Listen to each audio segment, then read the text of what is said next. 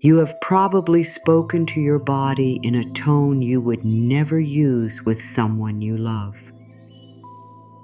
It may have happened this morning in front of a mirror. It may have happened when you pulled at your clothes and wished they sat differently. It may have happened when you felt tired sooner than you wanted to, when something ached, when your energy changed, when your face looked different under a certain light, or when your body asked for something inconvenient. You may not even have called it criticism. You may have called it being realistic. You may have called it paying attention. You may have called it trying to improve yourself. But somewhere underneath those words, your body may have heard something much simpler. You are disappointing me. You are making my life harder. You should be different by now. And there is a strange tenderness in realizing this, because most people do not begin speaking harshly to themselves because they want to become cruel. They begin because they are afraid of losing control, afraid of being judged, afraid of getting older, afraid of discomfort, afraid that something is changing, afraid that something will not change, afraid of what a symptom might mean, afraid of what another person might think when they look at them, afraid that their body is becoming a problem they have to solve. So the mind tightens its grip. It watches, it measures, it compares, it checks, it criticizes. It promises to relax after one more improvement. It says, I will be kinder when you give me a reason. And the body keeps living beneath all of that language. Breathing, carrying, adjusting, trying, sending signals, recovering where it can, asking for water, food, movement, rest, warmth, quiet, care, attention, medical support when needed, and sometimes nothing more dramatic than a little less hostility. You might recognize the moment when your hand reaches for your phone before you are fully awake, not because there is anything urgent there, because some part of you is checking whether the world changed while you slept. A message, an answer, a result, a number, a comment, a piece of news, some small proof that things are moving. And if nothing has changed, your attention may turn inward almost immediately. How do I feel? Do I look tired? Is that pain still there? Does this feel different? Did I gain something? Did I lose something? Why am I still exhausted? Why am I not better yet? You check the outer world, and then you check the inner one. Sometimes with the same nervous hope. Please be different today. Please give me good news. Please do not disappoint me. There are people who have lived this way for years without recognizing how exhausting it is. A constant private inspection, a constant negotiation with the body, a silent agreement that peace can begin after the body reaches some future condition, after the weight changes, after the skin changes, after the test result, after the pain changes, after the energy returns, after sleep improves, After the face in the mirror resembles an earlier photograph. After the body stops reminding you that you are human.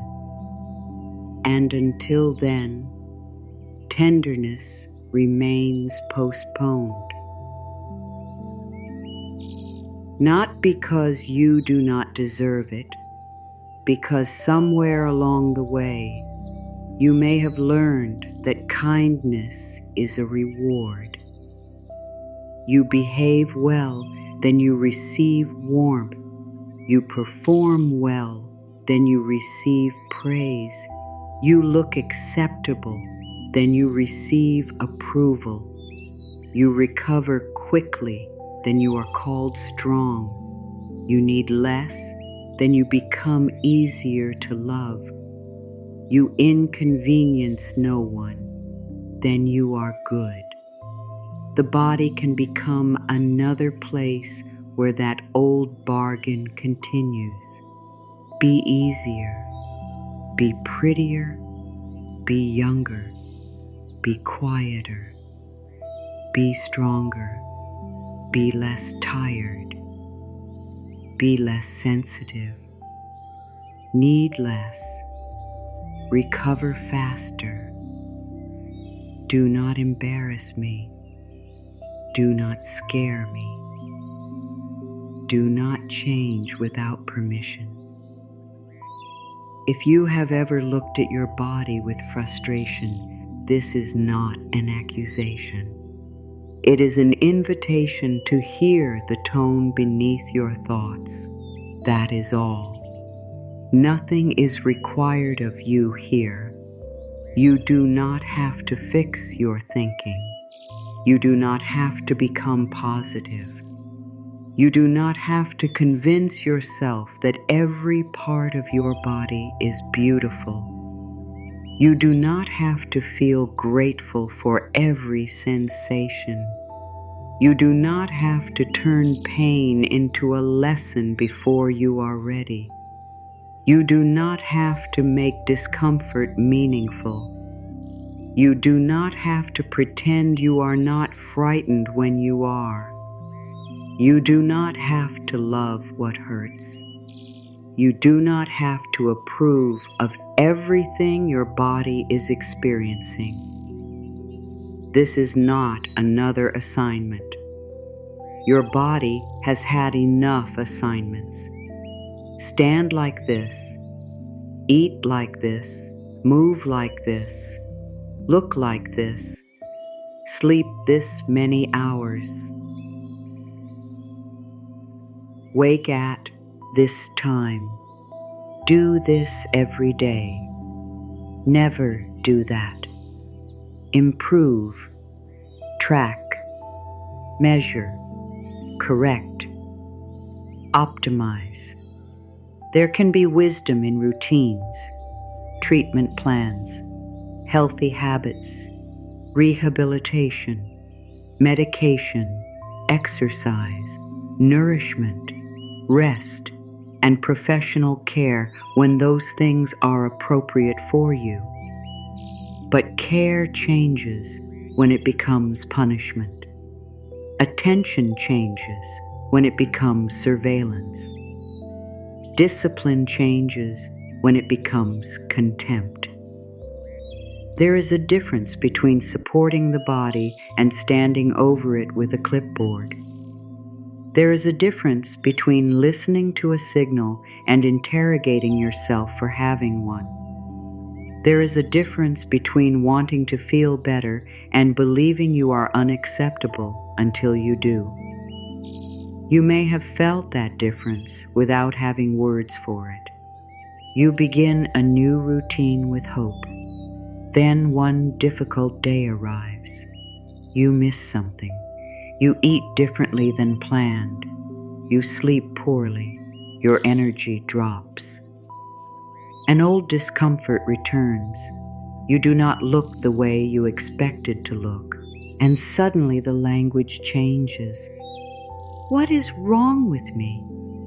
Why can I never stick to anything? Why is my body like this? Why does everyone else seem to manage? Why am I so difficult? The original desire may have been care. The voice delivering it becomes punishment. And because punishment often disguises itself as motivation, you may not realize how much fear is underneath it. Fear says that if you stop criticizing yourself, you will stop trying.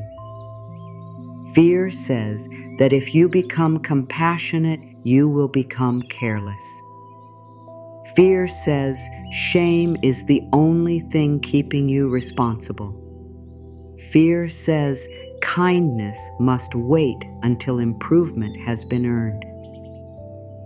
But think about how you respond when someone you care about is frightened. You probably do not lean closer and tell them they are failing at fear. You do not demand that they calm down before you offer comfort. You do not say, "I will sit with you once you become easier to sit with." You understand something very naturally in that moment. A frightened being becomes steadier when it feels accompanied, and your body is not outside that truth. There is a sentence hidden somewhere in this conversation that many bodies have been waiting years to hear. Not because the sentence is magical, not because saying it cures illness, not because words can replace appropriate care, because the relationship you have with yourself shapes the atmosphere in which you make choices, ask for help, set limits, rest, recover emotionally, and respond to uncertainty. We will come to that sentence later. For now, there is something more important than memorizing the right words. You need to understand who has been speaking, because not every harsh thought began with you. Some came from a parent staring at their own reflection. Some came from a relative commenting on bodies at the dinner table. Some came from classmates. Some came from advertising. Some came from doctors who spoke too quickly or without tenderness. Some came from partners who made affection feel conditional. Some came from workplaces that rewarded exhaustion. Some came from cultures that praised people for ignoring their limits. Some came from a world that can turn natural human change into a problem to be sold back to you. And some came from a younger version of you who discovered that if you criticized yourself first, another person's criticism might hurt less. That strategy can stay long after the original danger is gone. You scan yourself before anyone else can. You find the flaw first. You make the joke first. You apologize for your appearance before anyone comments. You say, "I look terrible today," before another person gets the chance to think it. You explain why you are tired. You justify why you need to sit down. You make your pain sound smaller so nobody thinks you are dramatic. You say, "I'm fine," because you have learned that being easy to accommodate feels safer than being honest. Your body hears the performance too. It feels your shoulders brace while your mouth says everything is okay. It feels your jaw tighten when you decide not to say no. It feels the exhaustion underneath "I can handle it." It feels the hunger you keep bargaining with. It feels the need for rest you keep postponing. It feels when you are overstimulated and call yourself lazy for wanting quiet. It feels when you need support and tell yourself other people have it worse. It feels when you are frightened by a sensation and immediately search for the worst possible explanation. It feels when you are tired of being frightened and then become angry at yourself for still being afraid. That is one of the most painful loops. First, the discomfort, then the fear, then the criticism for feeling fear.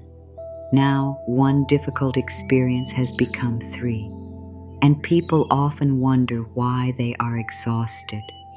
You may know what it is like to replay a conversation after it ends. You hear your own words again. You imagine what the other person meant. You think of a better response. You inspect every expression. You try to decide whether you talked too much, revealed too much, looked nervous, sounded weak, seemed awkward, or failed to protect yourself.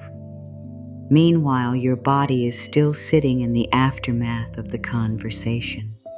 Heart working, muscles holding, breath changing, digestive system responding, hands cooling or warming, jaw tightening.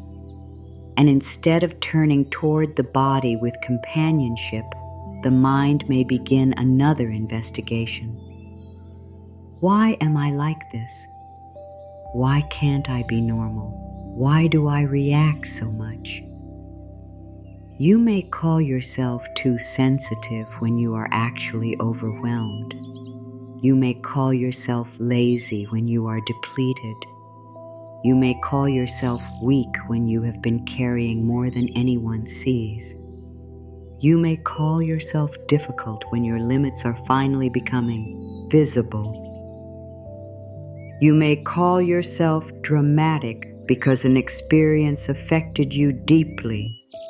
You may call your body stubborn because it will not obey the schedule your mind created. And there are times when the body truly does need evaluation, treatment, skilled guidance, or urgent care.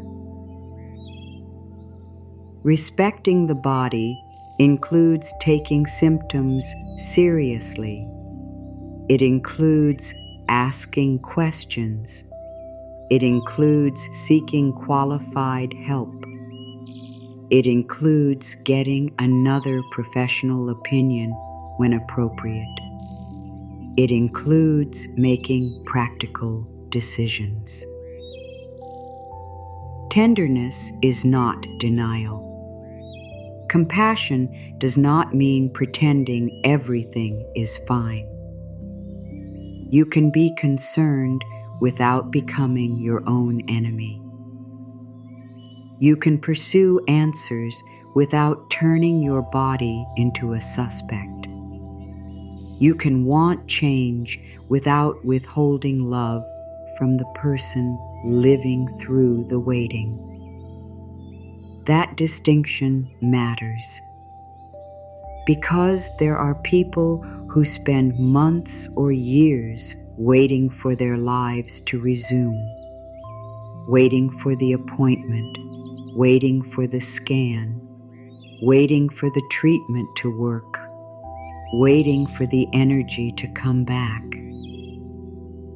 waiting for the body to feel familiar, waiting for grief to stop appearing in physical places, waiting for a season of stress to end, waiting to become the person they were before something happened.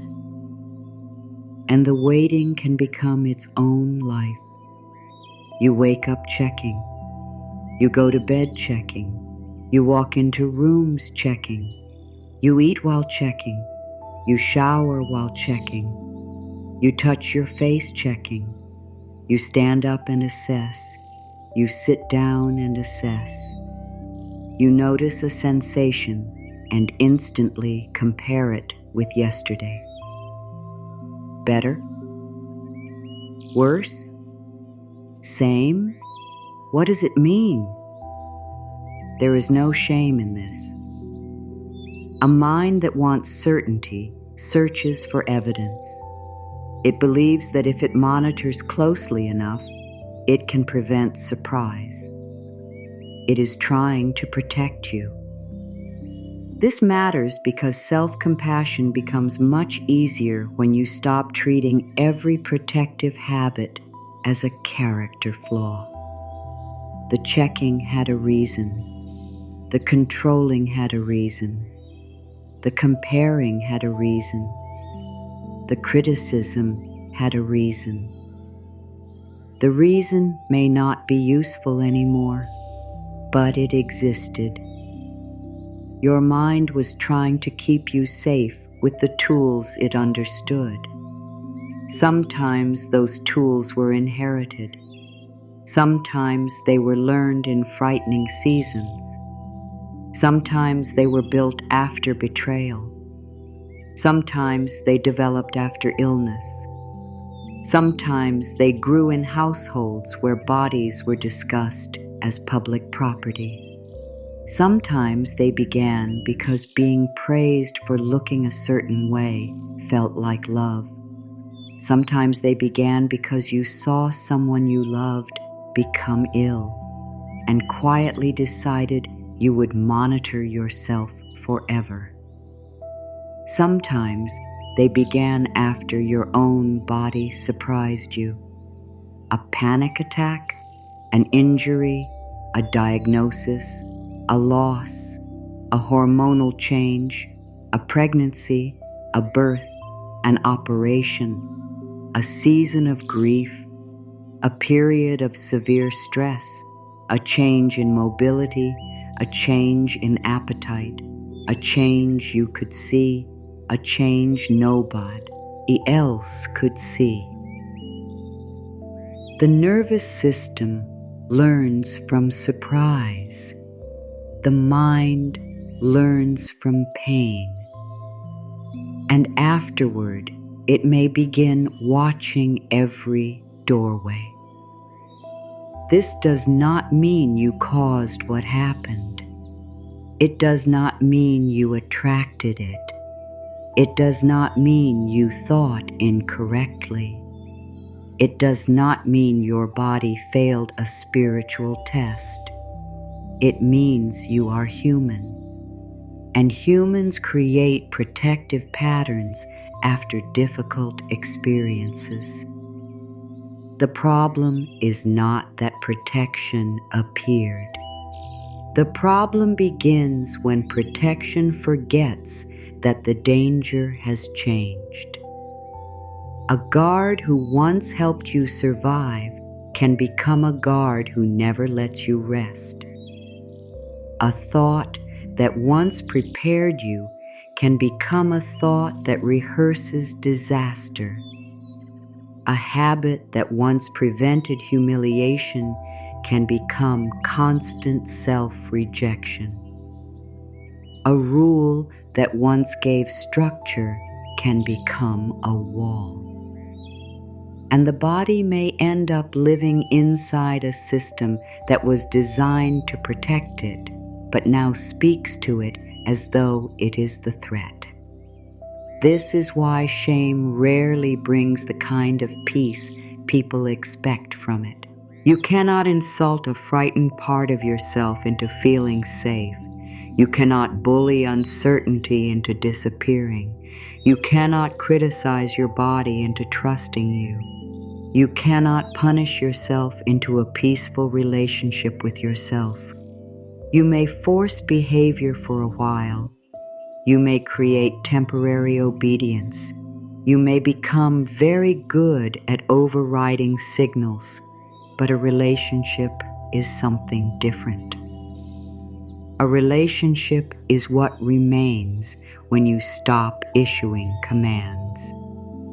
How do you speak to yourself when no one is listening? What happens in your mind when your body needs more than you wanted it to need? What do you say when you catch your reflection unexpectedly? What do you say when you do not recognize your energy? What do you say when an old pair of clothes fits differently? What do you say when you need help carrying something? What do you say when your hands shake? What do you say when you feel anxious in public? What do you say when your body is recovering slowly? What do you say when you cannot do what you could once do? What do you say when you are changing? Those private sentences matter because they reveal the relationship, not because every thought becomes reality, not because one negative sentence harms you, not because you must police your mind. A human mind produces all kinds of thoughts, some loving, some absurd, some frightened, some angry, some repetitive, some completely unwanted. You do not need to become afraid of your own thinking. The goal is not to create a perfectly positive mind. The goal is to recognize when the overall tone has become hostile. There is a large difference between having a harsh thought and building a home inside harshness.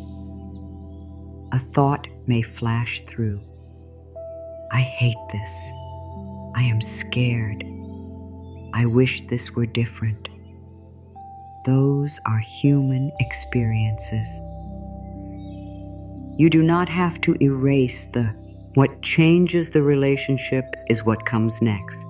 Do you add punishment? Do you add humiliation? Do you call yourself a failure? Do you make your body responsible for your worth? Or can another voice enter the room? Not a fake voice.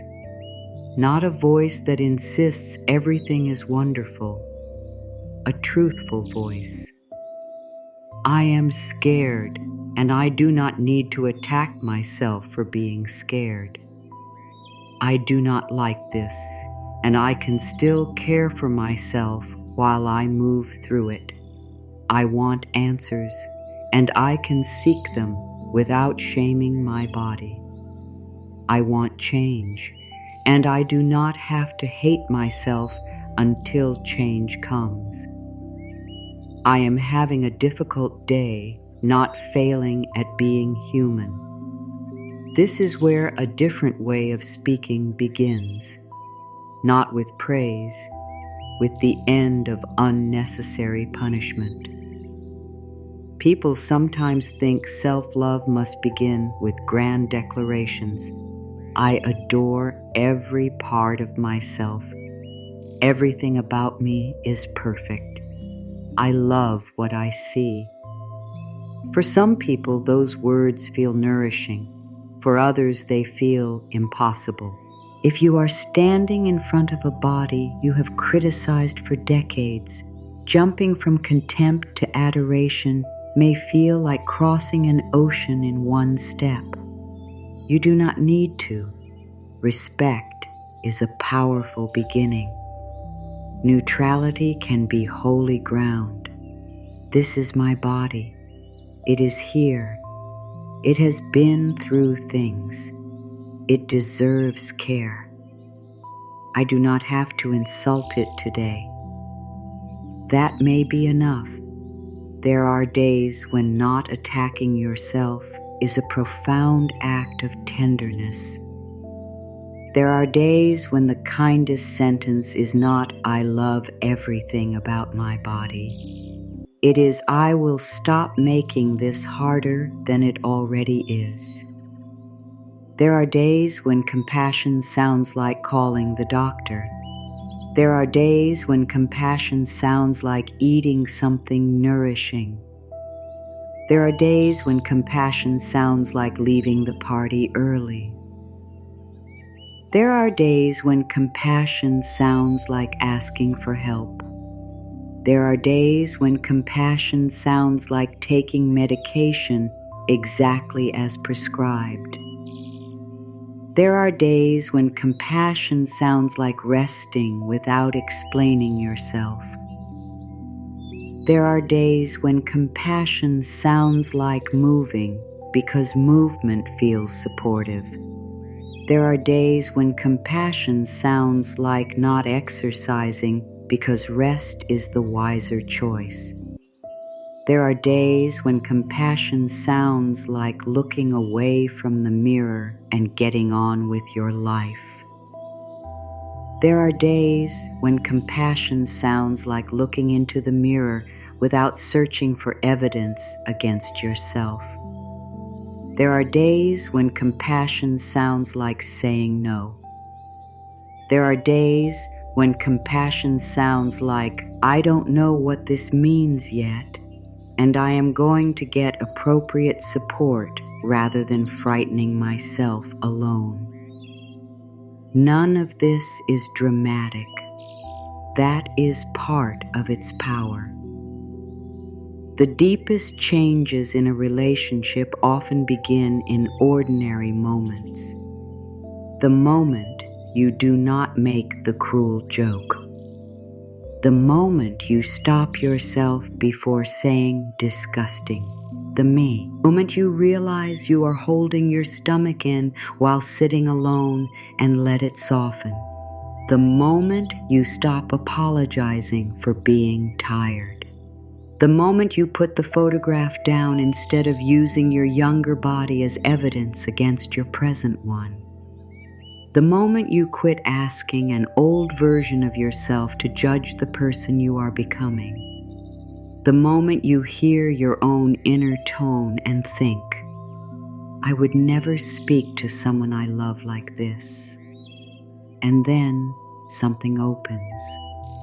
Not a miracle, a choice.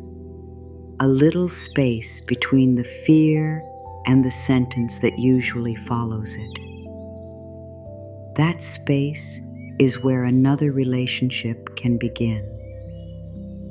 Your body may have been treated as an object to display, improve, monitor, compare, discipline, or explain for so long that the idea of relating to it can feel unusual.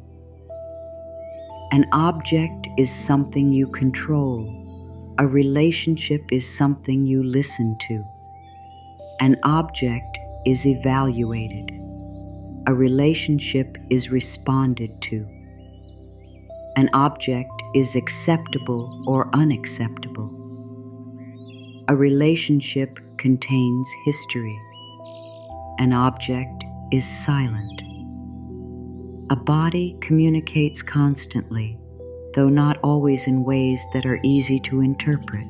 Hunger, fullness, tension, fatigue, energy, pain, comfort, heat, cold, restlessness, ease, nausea, calm, a racing heart, a slower breath, the need to move, the need to stop.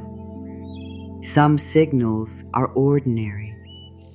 Some need medical attention. Some come from stress. Some come from conditions that deserve skilled treatment. Some have several possible causes.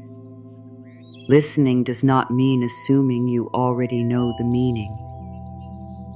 Listening can mean respecting the signal enough to become curious. It can mean seeking help instead of dismissing it. It can mean not catastrophizing before you have information. It can mean understanding that the body is communicating, not accusing you. Your body is not saying, you failed because I hurt. Your fatigue is not issuing a moral judgment. Your wrinkles are not a report card. Your scars are not a verdict. Your need for rest is not evidence of laziness. Your appetite is not proof of weak character. Your fear is not proof of spiritual failure. Your changing body is not betraying the version of you who came before.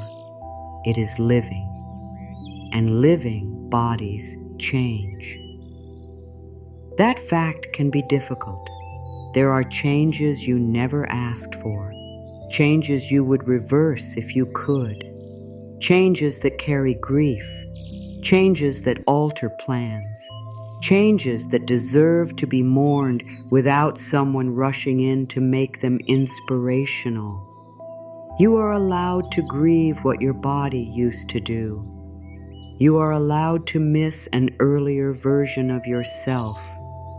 You are allowed to be angry. You are allowed to have days when acceptance feels far away. Care does not require constant serenity. You can be frustrated and still treat yourself with dignity. You can grieve and still make the next caring choice. You can want your circumstances to be different and still refuse to make yourself the enemy. That may be one of the most important distinctions you ever learn. Acceptance is not approval of every condition. It is ending the war with the fact that this is where you are right now. From here, you can act. From here, you can seek support. From here, you can ask questions. From here, you can change habits. From here, you can make appointments. From here, you can build strength. From here, you can rest. From here, you can grieve. From here, you can begin again. But first, you have to stop using hatred as fuel. Hatred burns hot and fast. It can produce action. It can make someone run harder, restrict more, push longer, hide better, smile through pain, ignore fatigue, postpone help. Then the cost arrives. Because the body was never meant to be the battlefield where every fear about worth, age, love, control, and belonging is fought. My dear, you have carried enough battles inside yourself. You do not need another one disguised as improvement. There is another way to be responsible for yourself. A quieter responsibility, one that says, I will pay attention without becoming cruel.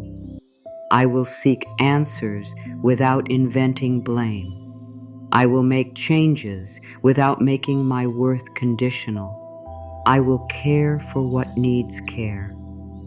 I will ask for help when I need help. I will listen before I accuse. You may feel resistance even hearing this. Part of you may say, if I stop being hard on myself, I will become careless. That fear deserves compassion too. It may have been taught that pressure is what keeps life moving. It may have seen kindness confused with avoidance. It may have watched people ignore real problems and call it self-acceptance. But true self-respect is not passive. It can be very practical. Self-respect makes the appointment. Self-respect tells the truth about pain. Self-respect leaves harmful situations. Self-respect asks questions. Self-respect takes prescribed treatment seriously. Self-respect eats. Self-respect rests. Self-respect moves. Self-respect reaches out. Self-respect says enough. Self-respect says, I need support. Self-respect says, I am frightened, but I will not turn fear into a weapon against myself. This is why the tone matters. The same action can come from very different relationships. You can exercise because you hate your body. You can exercise because movement supports you. You can eat because you are punishing yourself. You can eat because nourishment matters. You can rest because you have given up. You can rest because your body needs recovery. You can seek medical care because you are terrified of your body. You can seek medical care because you respect it enough to investigate what it is telling you. Outwardly, two people may do the same thing. Inwardly, the experience can be entirely different. One says, "Fix this thing I cannot stand." The other says, "I am here. Let us find out what support. Let us, T, is needed." One turns the body into an enemy. The other creates partnership. That partnership does not require perfection. You will still have impatient days. You will still have frightened thoughts.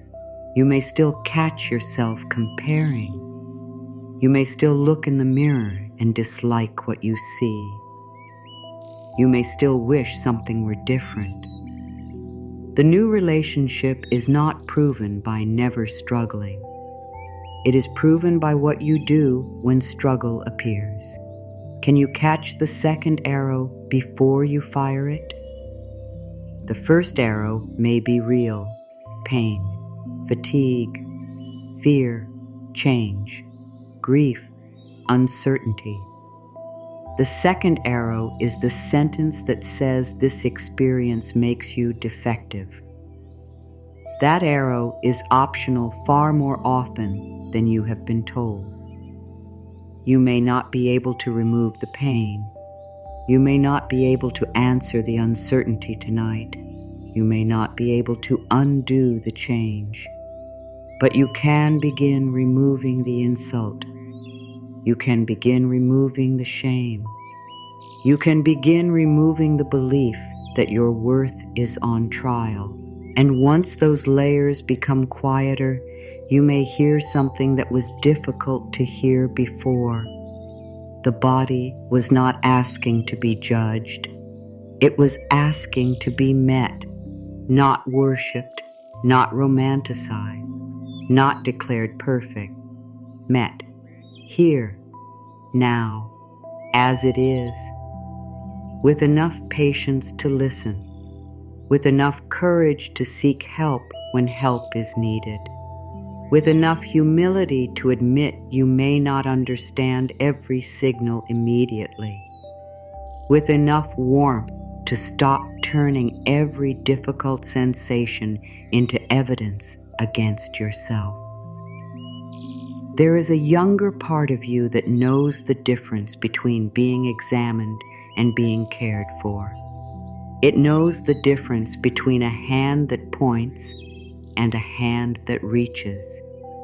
It knows the difference between being told to stop crying and having someone sit nearby while the tears come. It knows the difference between being corrected and being comforted. That younger part has not disappeared. It grew with you. It learned your routines. It learned your inner voice. It learned what happens after the mirror. It learned what happens when you are tired. It learned what happens when your body changes. It learned whether discomfort is met with panic, shame, anger, dismissal, or care.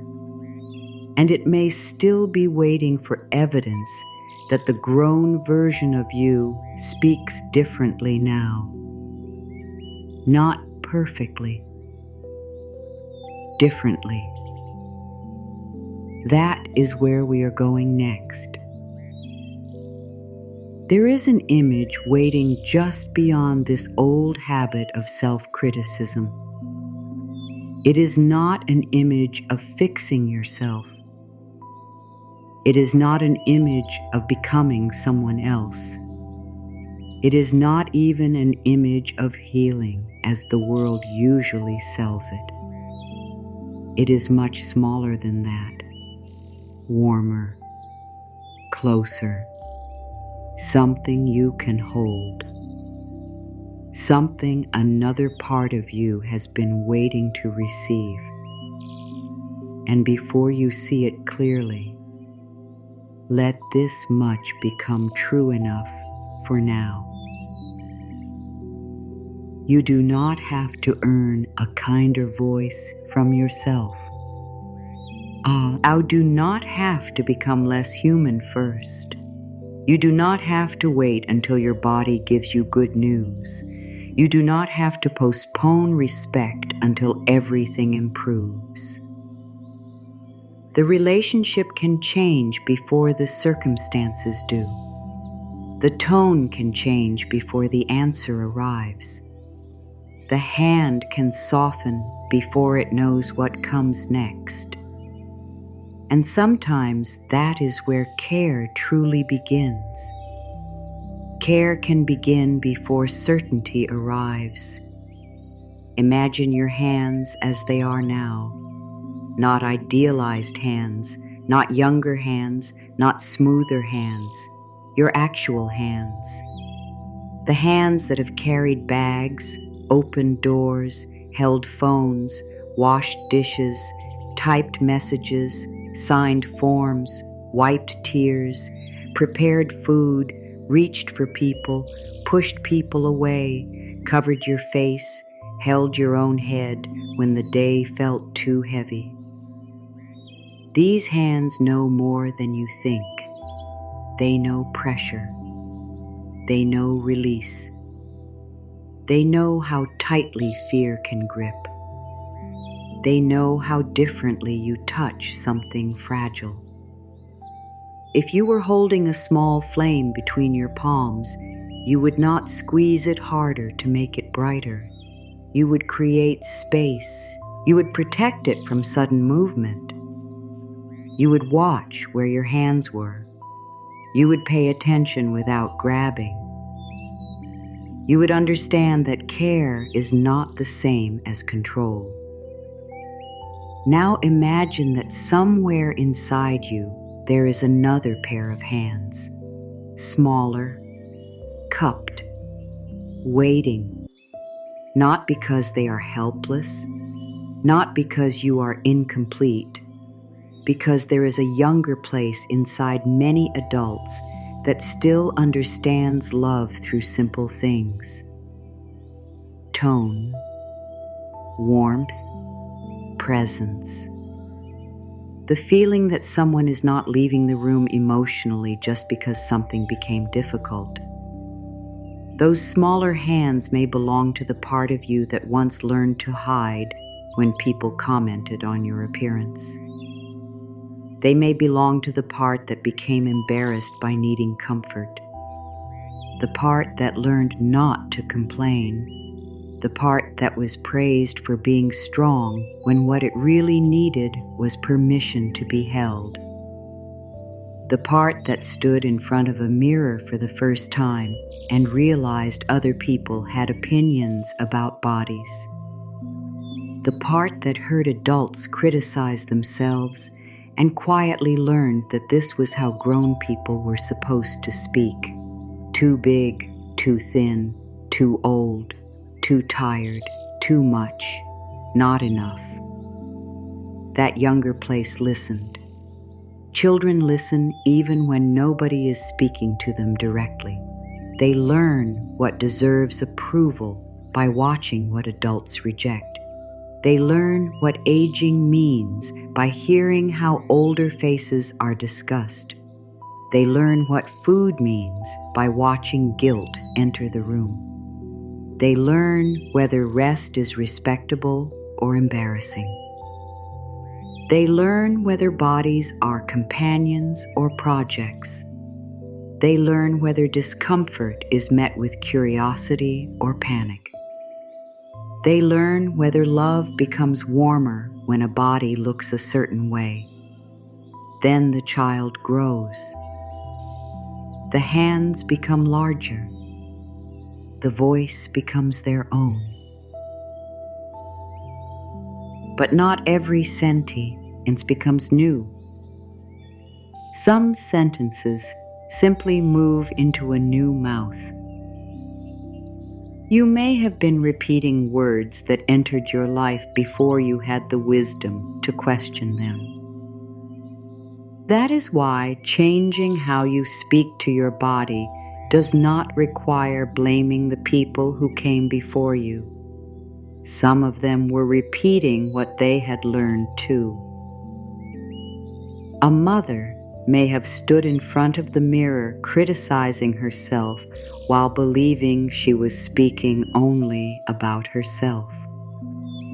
A father may have praised toughness because tenderness frightened him. A grandparent may have believed exhaustion proved character. A coach may have believed shame created discipline. A partner may have mistaken control for concern. People pass many things from hand to hand. Recipes, jewelry, photographs, habits, warnings, fears, ways of speaking, ways of withholding, ways of loving. And sometimes what reaches you is not something you want to keep carrying. That does not mean the story ends with rejection. Something else can be passed forward. Something can be passed inward. See the grown hands again, your hands. Imagine one small flame resting there, warm enough to feel, steady enough to see, nothing theatrical, no blazing light, no spiritual performance, just one flame. And then imagine those smaller hands inside you opening. There is no demand coming from them. They are not asking you to become perfect before you approach. They are not asking you to solve your body. They are not asking you to promise that you will never be afraid again. They are not even asking you to believe every kind thing immediately. They are only open. This is the image I want you to carry through the next part of this conversation. Your grown hands passing one warm flame inward, not outward toward another person, not toward someone who needs reassurance, not toward a stranger whose pain makes you instantly tender. Inward, toward the part of you that has heard enough criticism, toward the body that has often received commands where it needed companionship, toward the places you learned to inspect instead of inhabit. You already know how to pass warmth. That is important. You are not being asked to invent a language you have never used. Think of the last time someone you loved made a mistake and was ashamed.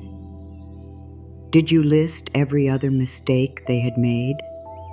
Did you tell them their worth had fallen? Did you lean into their fear and make it larger? Probably not. You may have said, "It is okay." You may have said, "We will figure this out." You may have said, "You are tired." You may have said, "You do not have to solve everything tonight." You may have made tea. You may have sat nearby. You may have changed the subject because they needed ordinary life for a moment. You may have helped them find professional support. You may have driven them to an appointment. You may have listened without producing an answer. You already understand many forms of care. The difficulty is often direction. The flame keeps being carried outward. You become the person who reassures everyone, the one who says, eat something, the one who says, get some rest, the one who says, you cannot keep letting them treat you this way, the one who says, please call the doctor, the one who says, you do not have to apologize for being exhausted, the one who says, your body has been through a lot. Then you close the door, stand alone in the bathroom, look at your own reflection, and forget every language you know. This is what makes the inward passing so important. The warmth already exists. It has simply been assigned almost everywhere except here. There is no need to manufacture more light. There is a need to change where your hands are carrying it.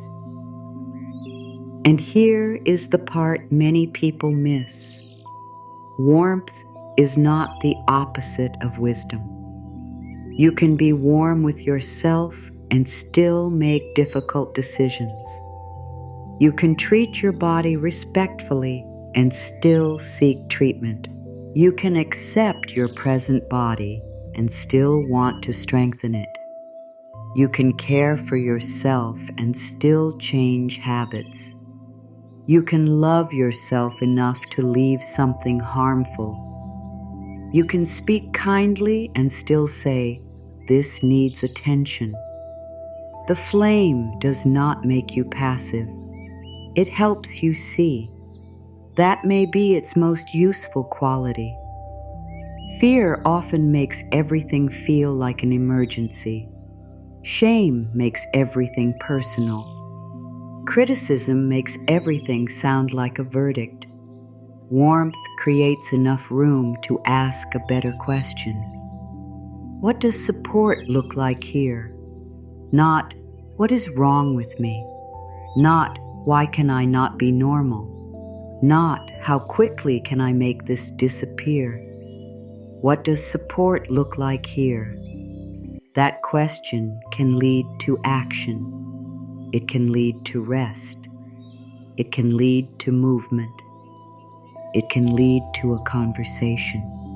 It can lead to an appointment. It can lead to a boundary. It can lead to better nourishment. It can lead to less noise. It can lead to asking somebody trustworthy to sit with you while you wait for an answer. It can lead to doing nothing for a moment, because not every sensation requires an immediate conclusion. The question is not weak, it is precise. What does support look like here? Imagine asking that the next time your shoulders are tight. You might realize you have been sitting in the same position for hours. You might realize you are angry. You might realize you need to step outside. You might realize you are working beyond your limits. You might realize the tightness is persistent or concerning and deserves professional evaluation. The point is not to assume. The point is to stop beginning with accusation. Your body does not become easier to understand because you insult it first. A candle does not reveal more because you shout into the flame. You bring the light closer. You look. You wait long enough to wait long. See what is actually there. There are times when what is there will be simple. You need water, you need food, you need sleep, you need to stretch, you need to stop reading upsetting messages, you need to stop holding your breath through an argument, you need a quieter room, you need to cry. There are other times when what is there will not be simple. The symptom continues. The fatigue becomes severe. The pain is unfamiliar. Your mood changes in a way that worries you. Your functioning changes. Something feels wrong. Then kindness does not ask you to solve it spiritually. Kindness says, let us get appropriate help. Let us gather information. Let us take this seriously without deciding in advance what it means. Let us not shame the body for raising its hand. That last idea matters. A symptom can feel like an interruption. Pain can feel rude. Fatigue can feel like betrayal. Anxiety can feel embarrassing. A changing appetite can feel inconvenient. The body raises its hand, and the mind sometimes reacts as though a troublesome student has interrupted the lesson. Not now. I do not have time for this. Why are you doing this again? Can you please just behave? Imagine saying that to a frightened child whose hand had been raised for a long time. You might not know the answer to the child's question. You might not be able to solve what happened. But you would understand that humiliation would not help. The smaller hands inside you are like that. They are not asking you to become the world's greatest expert on your body. They are asking whether the grown person who lives here can respond without contempt. This is one reason body trust can take time. If your body has been ignored until it screamed, you may need practice hearing quieter signals. If every signal has been catastrophized, you may need practice letting information remain information until you know more. If you have spent years forcing yourself past limits, rest may initially feel threatening. If you have spent years avoiding movement because you felt ashamed, supportive movement may bring old emotions with it. If mirrors have been places of judgment, meeting your reflection neutrally can feel strangely vulnerable. You are changing an old relationship.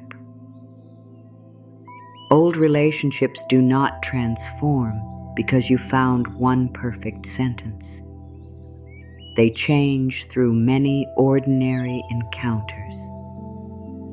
This morning, this afternoon, the next difficult appointment, the next mirror, the next exhausted evening, the next moment when your body asks for a limit. Each time, the grown hands get another chance. Do I grip or do I pass warmth? Do I accuse or do I listen? Do I panic or do I gather information? Do I dismiss or do I respond? Do I make my worth conditional? Or do I keep my dignity while I decide what comes next? This is how trust is built. Not through promises about what the body will do, through becoming more trustworthy in the way you respond to it. There is an important difference. You cannot promise your body that nothing difficult will ever happen. No one can. You cannot promise there will never be pain. You cannot promise every test will bring the answer you want. You cannot promise aging will stop. You cannot promise that caring language controls biology, but you can change the atmosphere around uncertainty. You can become someone who does not add cruelty to pain, someone who seeks help rather than hiding out of shame, someone who respects limits earlier, someone who stops treating worth as a reward for wellness, someone who does not use the mirror as a courtroom, someone who learns to hear the body without making every message a prophecy. That is a promise based on relationship, not outcome. And relationships are where your influence is real. The body has lived through every sentence you have said about it.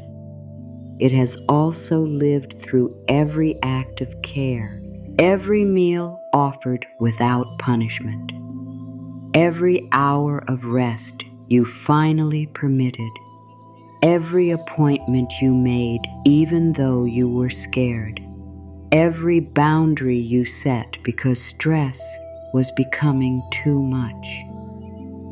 Every time you stopped comparing, every time you chose comfortable clothing instead of spending the day at war with fabric, every time you took a break before collapse forced one, every time you accepted assistance, every time you moved in a way that felt nourishing instead of punishing, every time you stopped asking an old photograph to define your present worth, those moments count, not as points, not as proof that you are good, as evidence of a different relationship becoming possible. Your smaller hands begin to recognize the grown ones. They begin to learn. These hands are not only here to correct me. These hands can bring warmth. And when that lesson deepens, something subtle changes. You may still dislike a sensation, but you do not immediately become cruel. You may still have a hard mirror day, but you recover faster from the thought. You may still become frightened, but you reach for information instead of spiraling alone. You may still need reassurance, but you stop humiliating yourself for needing it. You may still have a body that requires real support, but support no longer feels like proof that you have failed. This is emotional healing in a grounded sense, not pretending that words cure everything, not telling yourself that pain is imaginary, not replacing clinical care with affirmations. It is healing the tone of a relationship that may have become unnecessarily violent. It is learning that you can live inside your body without standing against it every hour. Think of what that could mean for an ordinary day. You wake, and the first thought about your body is not an evaluation. You get dressed with outturning the process into a referendum on your worth. You eat without placing your character on the plate. You feel tired and respond before resentment builds. You catch tension and ask what has been happening emotionally. You feel something unfamiliar and choose responsible curiosity.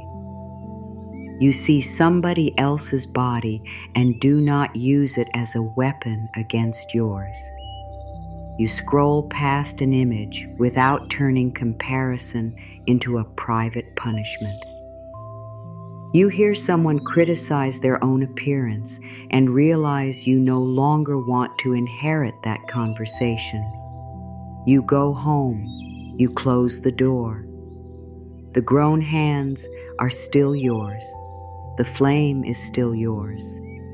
The smaller hands are still open. This is where the concept becomes more than an image. It becomes a way of interrupting the automatic sentence. Suppose you look in the mirror and think, "I look awful." You do not need to force yourself to say, "I look beautiful." That may create another argument. Instead, imagine the flame, grown hands, smaller hands. Then find a sentence that passes warmth rather than judgment. "I look tired today." That is information. My face does not need to apologize for showing my life. That is respect. I can care for myself without grading this reflection. That is warm. Suppose you feel exhausted and the old thought appears, "I am so lazy." Bring the flame inward. My body is asking for something. What support is possible right now? Suppose clothes fit differently and panic rises. The grown hands hold the flame. My size is not a moral emergency. I can choose what fits the body I have today. Suppose an old pain returns. Instead of, "Here we go again, my body always ruins everything," try a different tone. "This is difficult. I will respond to what is here. If I need professional guidance, I can seek it." Suppose you become anxious. The hands do not squeeze. Fear is present. I do not need to frighten myself for being frightened. Do you feel the difference? The second voice does not deny reality. It makes reality easier to meet. That is what warmth can do. It does not erase the room. It gives you enough light to move through it. For many people, the hardest body relationship is not with pain. It is with appearance. Appearance is public in a way many inner experiences are not. You can hide a thought. You cannot always hide a face. You can conceal fear. You cannot completely conceal aging. You can keep grief private. Sometimes the body shows that grief has visited. And because appearance has been attached to belonging, desirability, status, youth, health, discipline, and worth in so many cultures, a reflection can awaken far more than visual preference. You are not always reacting to what you see. You may be reacting to what you fear it means. Will I still be wanted? Will people respect me? Am I becoming invisible? Have I lost something I cannot recover? Will I be compared? Will someone leave? Will I be judged before I speak? Will I still recognize myself? Those are not shallow questions. They are questions about belonging, wearing the clothes of appearance. And criticizing the body does not answer them. The candle can help here too. Imagine the smaller hands inside you hearing the sentence, "You look terrible." What do those hands understand? They do not understand lighting. They do not understand trends. They do not understand beauty standards. They understand withdrawal of warmth. The flame moves away. Now imagine changing only the relationship. You do not need to praise the reflection. You can say, I see that I am having a hard time with what I see today. The flame remains. I do not have to solve my appearance to deserve a peaceful morning. The flame remains. My body is not asking to be compared right now. The flame remains. I can get dressed and live this day. The flame remains. This is why neutrality can become such a powerful form of care. It lets the smaller hands receive warmth without demanding that they believe something enormous. You do not have to leap from rejection to celebration. You can move from rejection to respect, from respect to companionship. From companionship, love may grow in its own way, not because you forced it, because you stopped frightening it away. There is another place this metaphor matters. The way you speak about your body in front of other people. How often do people bond by insulting themselves? I look ancient. I am disgusting today. I hate my arms. I need to lose this. Do not take a photo of me. I look horrible. Everybody laughs. Everyone recognizes the ritual. Sometimes it feels harmless. Sometimes humor really is humor. But at times, the joke is a tiny request. Please disagree with me. Please tell me I am still acceptable. Please restore the warmth. The grown hands are reaching outward again, asking someone else to relight what you could begin passing inward. You can receive reassurance from others. There is nothing wrong with that. Human beings need one another.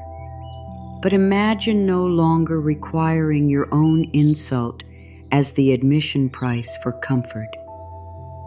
Imagine saying, I am feeling insecure today. That is vulnerable without being violent. Imagine saying, I do not feel like being photographed. That is a boundary. Imagine saying, I am getting used to how I am changing. That is honest. Imagine saying nothing about your appearance at all. That is freedom too. The flame does not need an audience. Some of the most important moments happen when nobody sees you choose differently. No applause, no dramatic realization, just the old sentence approaching your mouth and not being spoken. The old comparison rising and not being fed. The old punishment becoming available and not being chosen. The hand it once pointed beginning to cup around the light. You may wonder whether the body can really tell the difference, not in the magical sense people sometimes imply. Your cells are not sitting in judgment of your vocabulary. You do not need to become superstitious about every thought, but your lived experience can certainly change when your internal tone changes.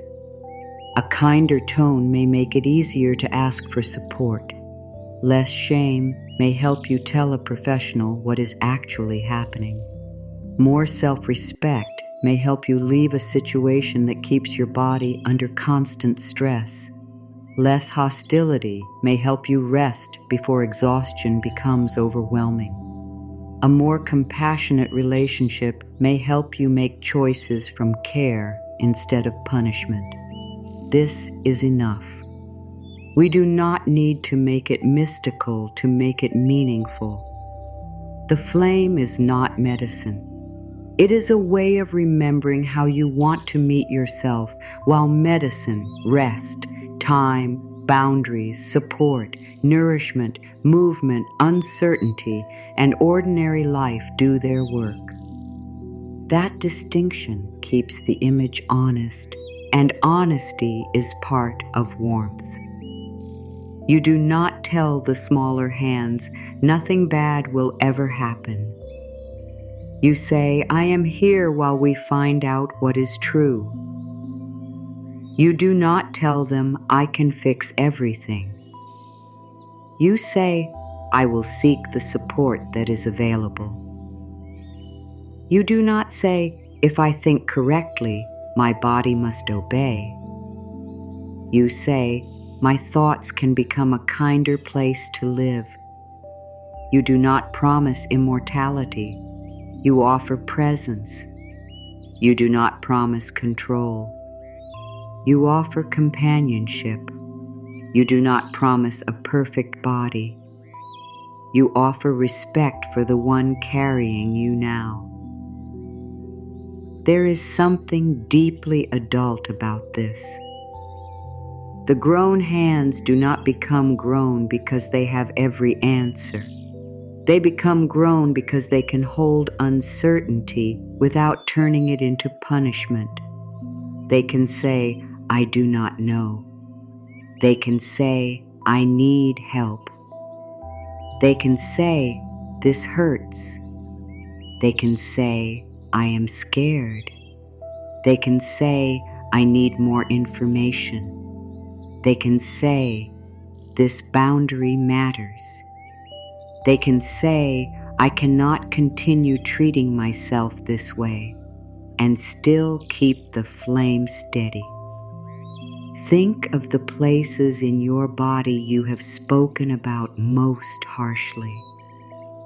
Do not force yourself to name them.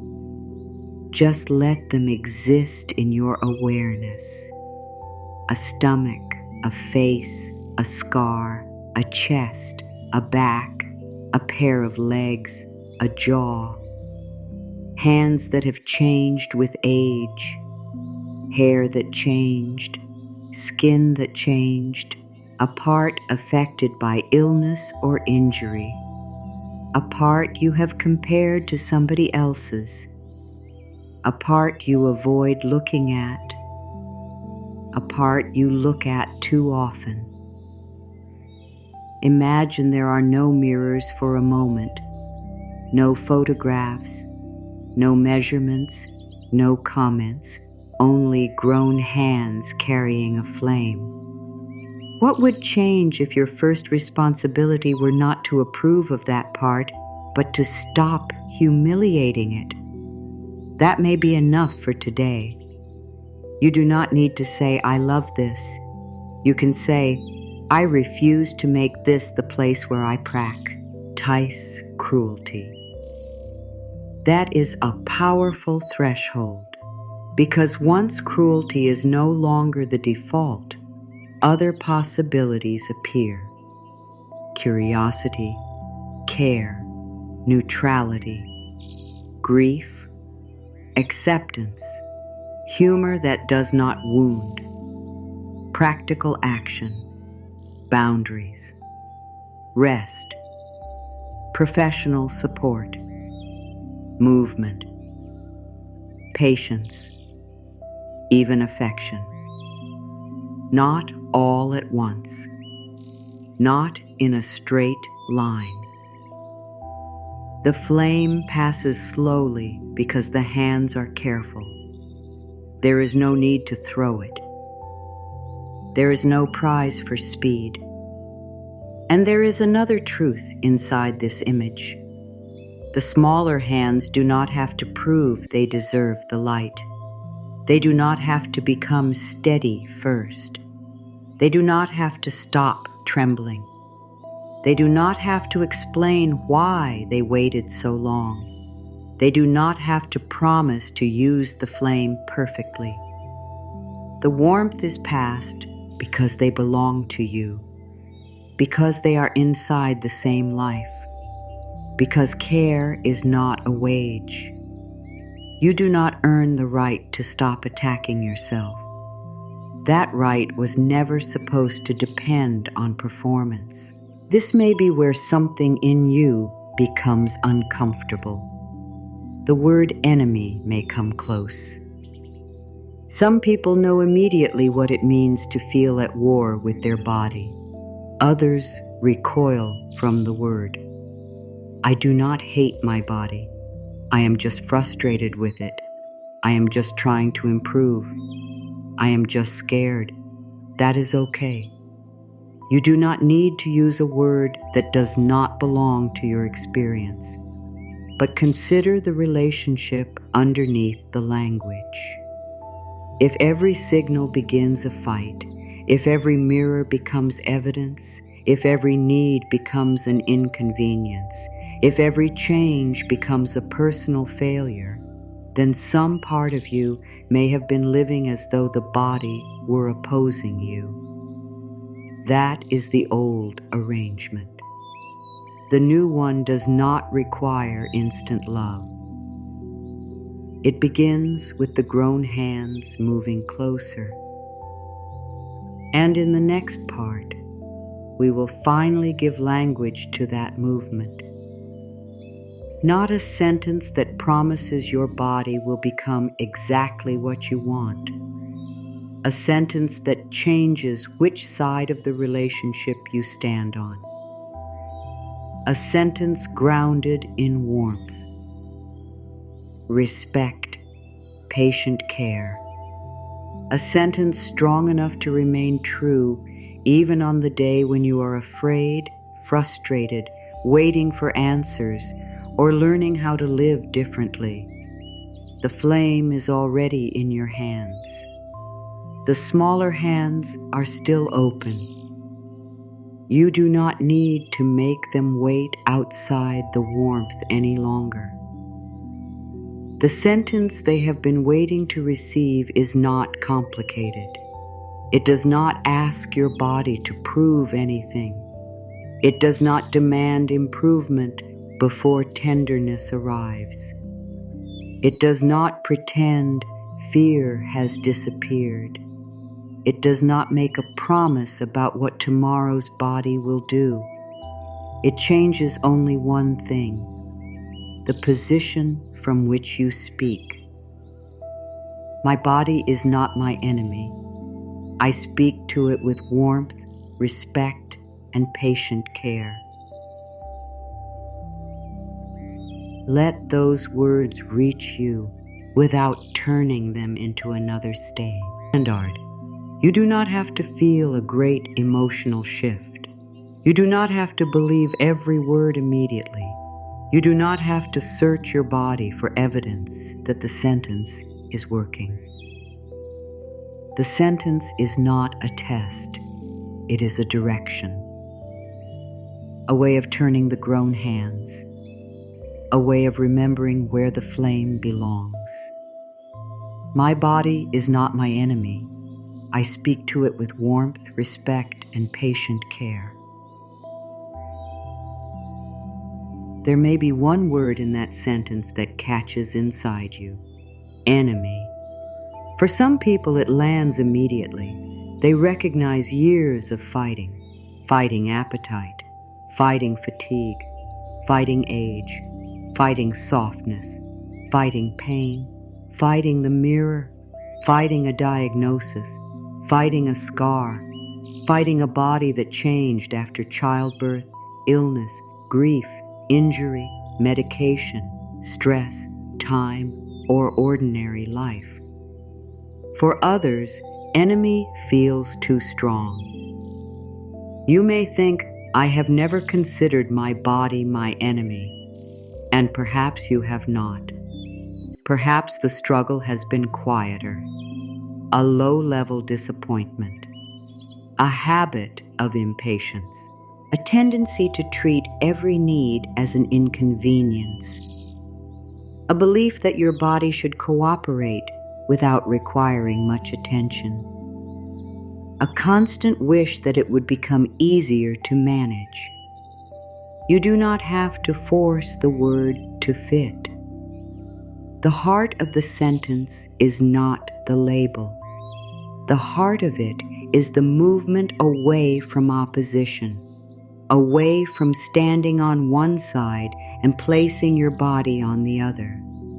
away from the private courtroom where every change becomes evidence, away from the old belief that you must win against yourself before you are permitted to feel peaceful. Your body is the place from which you meet this life. That does not mean you have to romanticize it. It means the relationship deserves dignity. There may be days when your body feels strong and familiar. There may be days when it feels strange. There may be days when you are grateful for it. There may be days when gratitude is nowhere nearby. There may be days when you feel at home inside yourself. There may be days when you want to climb out of your own skin. The sentence does not demand one emotional state. It gives you somewhere to stand in all of them. My body is not my enemy. I speak to it with warmth, respect, and patient care. Say it again, more gently, not because repetition creates a guarantee, but because old inner tones have had years of practice. My body is not my enemy. I speak to it with warmth, respect, and patient care. This is not positive thinking used as a weapon. You are not covering fear with prettier words. You are not pretending the body never hurts. You are not refusing medical reality. You are not telling yourself that every condition can be changed by belief. You are deciding that whatever is happening, you do not need to add hostility. That choice can remain available even when the rest of life feels uncertain. Suppose you are waiting for a medical result. The mind may race ahead. It may create 10 futures before the phone rings. It may revisit every decision you ever made. It may search for something to blame. Was it something I ate? Was I too stressed? Did I ignore something? Did I think the wrong thoughts? Did I somehow cause this? This is where spiritual language must become very honest. You are not responsible for controlling every biological event with your mind. Illness is not proof of bad thinking. Pain is not evidence that you failed spiritually. Trauma is not something you deserved because of your beliefs. Abuse is never created by the person who was harmed. Financial hardship is not a moral stain caused by insufficient positivity. Loss is not punishment for an imperfect inner life. The human experience is larger and more complicated than that. The purpose of compassionate inner language is not to make you responsible for everything that happens. It is to help you stop making yourself the target when something difficult does happen. There is enough uncertainty in waiting for an answer. You do not need to put your worth on trial too. The grown hands can hold the flame while the question remains unanswered. They do not have to know the future. They can say, I am frightened. They can say, I wish I knew. They can say, I am going to get the support I need. They can say, I will listen carefully to qualified guidance. They can say, I am still worthy of tenderness while I wait. That is not denial. That is companionship. You may discover that companionship is harder to receive from yourself than advice. Advice gives the mind something to do. Companionship asks you to remain present without fixing everything. The old voice prefers instructions. Change this, control that, search this, compare that. Research for another hour. Check once more. The warm voice may be much quieter. You have enough information for tonight. You can ask the next question tomorrow. You can write your concerns down. You can take them to someone qualified. You do not have to solve your entire future in this moment. The body hears the difference through your lived experience. One relationship keeps it inside a constant emergency. The other begins making room for response. There are people who become frightened when they soften toward themselves because they confuse softness with surrender. They think, if I stop fighting, I am giving up. But look at the candle. The grown hands do not throw it down. They do not walk away. They become more attentive. They shield what is vulnerable. They move with care. Kindness can make you more responsive, not less. A person who respects their body may be more willing to say, "This symptom is new and I need help." A person who respects themselves may become more willing to say, "This relationship is harming me." A person who respects their limits may become more willing to disappoint someone rather than repeatedly injure themselves through overextension. A person who stops shaming themselves may become more honest with a therapist, doctor, support group, trusted friend, or family member. Warmth does not make reality disappear. It may make reality easier to face. There is another kind of resistance. The voice that says, "You do not know what I have done to my body." Perhaps you have ignored it. Perhaps you pushed yourself hard. Perhaps you used substances in ways you regret. Perhaps you repeatedly deprived yourself of sleep. Perhaps you stayed in situations that kept you under stress. Perhaps you treated food as punishment. Perhaps you ignored medical advice. Perhaps fear kept you from an appointment. Perhaps shame kept you silent.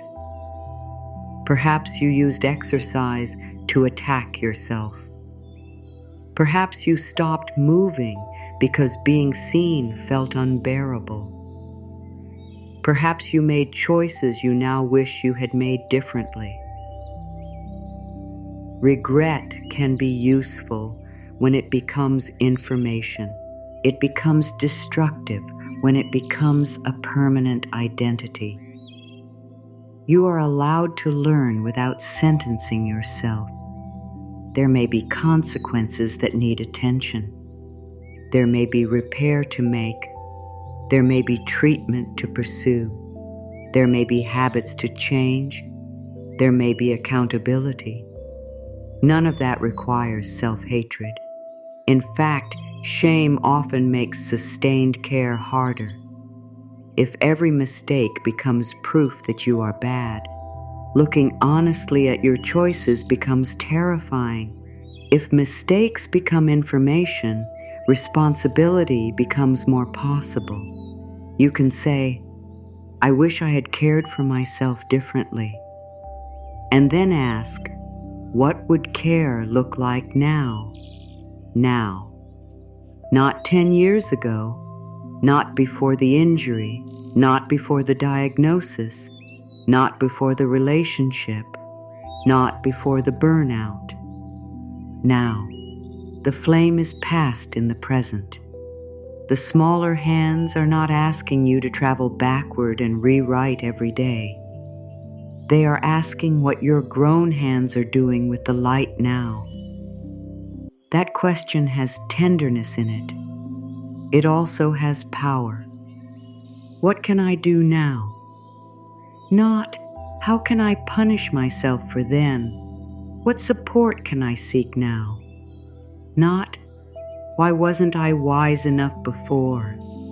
What boundary can I set now?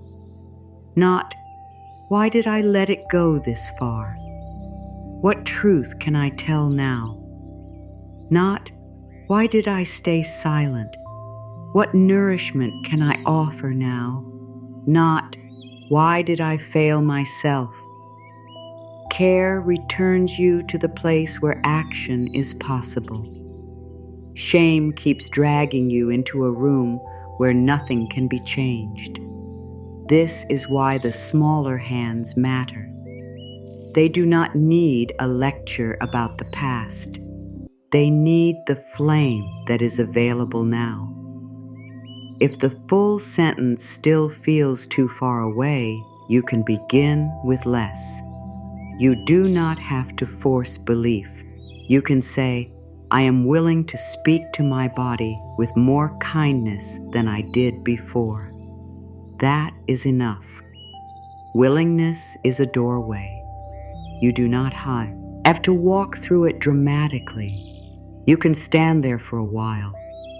I am willing to speak to my body with more kindness than I did before. You might believe that only 10%. Let 10% be enough. You might say it and immediately hear another voice object. Kindness will not change this. Perhaps not in the way that voice means. Kindness is not being offered as a cure. It is being offered as a different way to accompany yourself. The problem may still need treatment. The decision may still be difficult.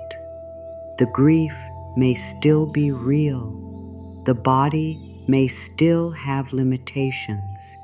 The appointment may still frighten you. You can meet all of that without contempt.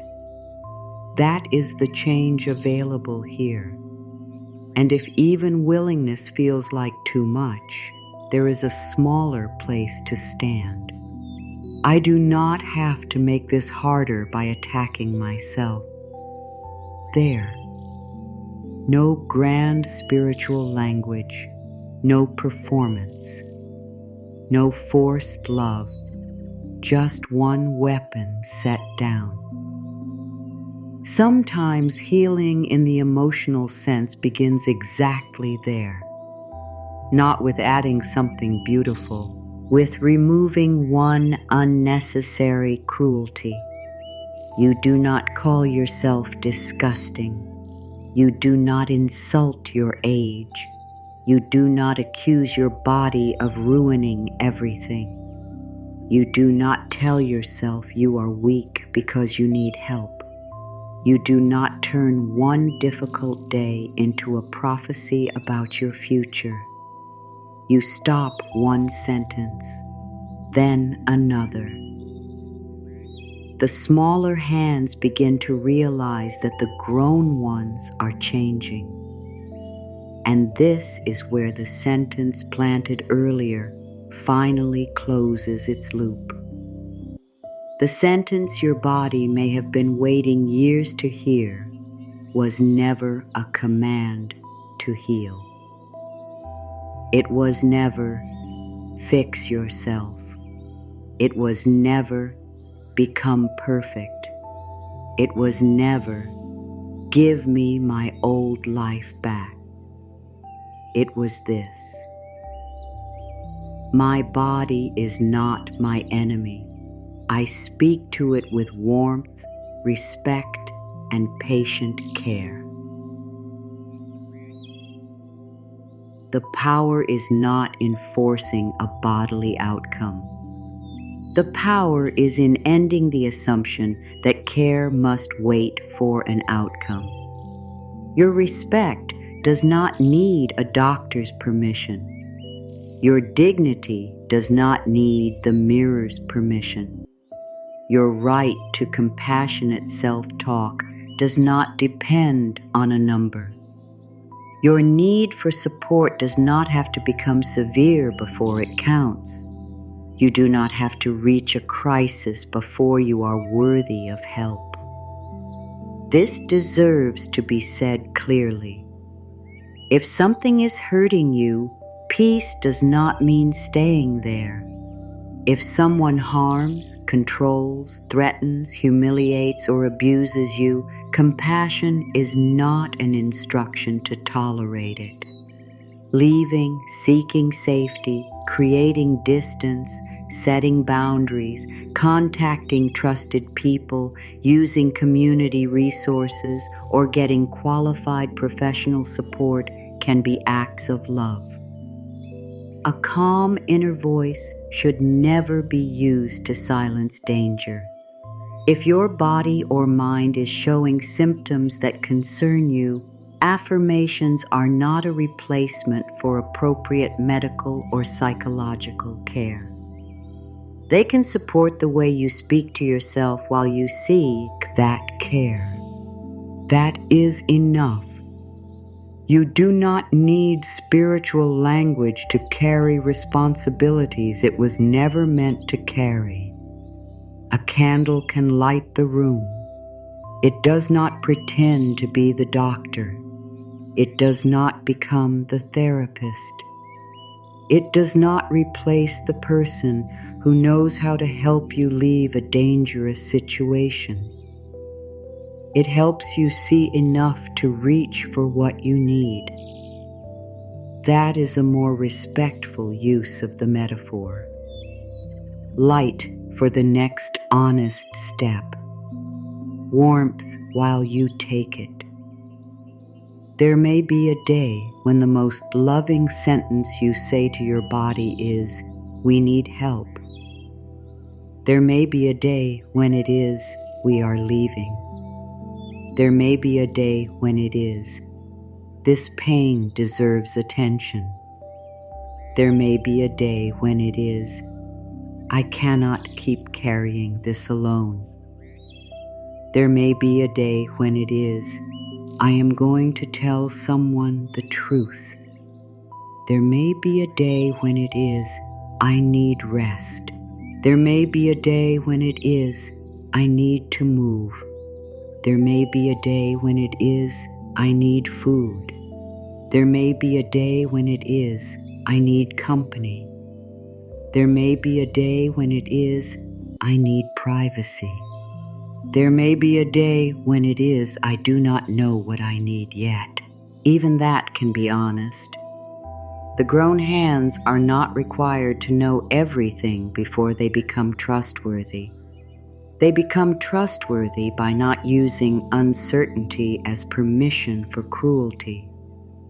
This is where the vow begins, not as a dramatic declaration, not as something you must perform perfectly from now on. A vow can be a direction you return to after you forget, and you will forget sometimes. The old inner voice may be quick. Years of habit can arrive before conscious choice. You may look in the mirror and criticize before you remember the candle. You may feel pain and become angry. You may push too hard. You may ignore a signal. You may compare. You may panic. The vow does not shatter because you were human. You return. The grown hands turn inward. The smaller hands open. The flame moves closer. I pass the warm flame inward. from these grown hands to the smaller hands waiting for its light. Let those words be yours without turning them into a burden. I pass the warm flame inward from these grown hands to the smaller hands waiting for its light. Pass. That is the verb, not conquer, not repair, not force, not erase. Pass. You already have something worth giving. This vow does not say the smaller hands are empty because they are broken. They are open because receiving is part of being human. You have spent years giving outward. Care, advice, patience, second chances, understanding, food, money, time, attention, labor, forgiveness, reassurance, sometimes far more than was healthy. Perhaps you became so practiced at passing warmth away from yourself that receiving it inward began to feel selfish. Think about how quickly you respond when someone else needs something. A friend texts that they are having a terrible day. You make space. A family member becomes ill. You reorganize your plans. Someone at work is overwhelmed. You help. Someone you love becomes frightened. Your voice changes immediately. You become softer, more patient, more careful with your words. Then your own body raises its hand. Later you say, "Not now.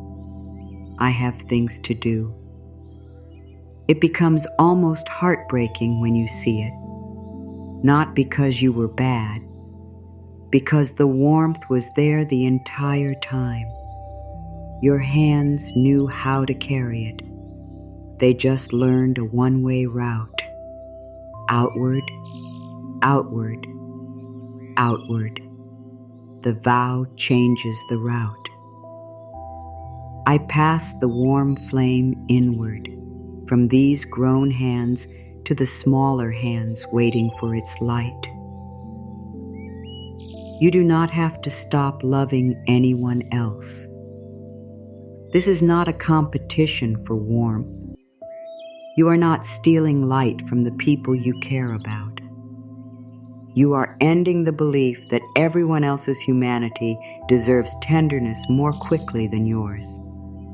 The flame is not diminished by being shared inward. In fact, the way you care for others may become cleaner when you are no longer abandoning your own limits to prove love. You may stop saying yes when your entire body means no.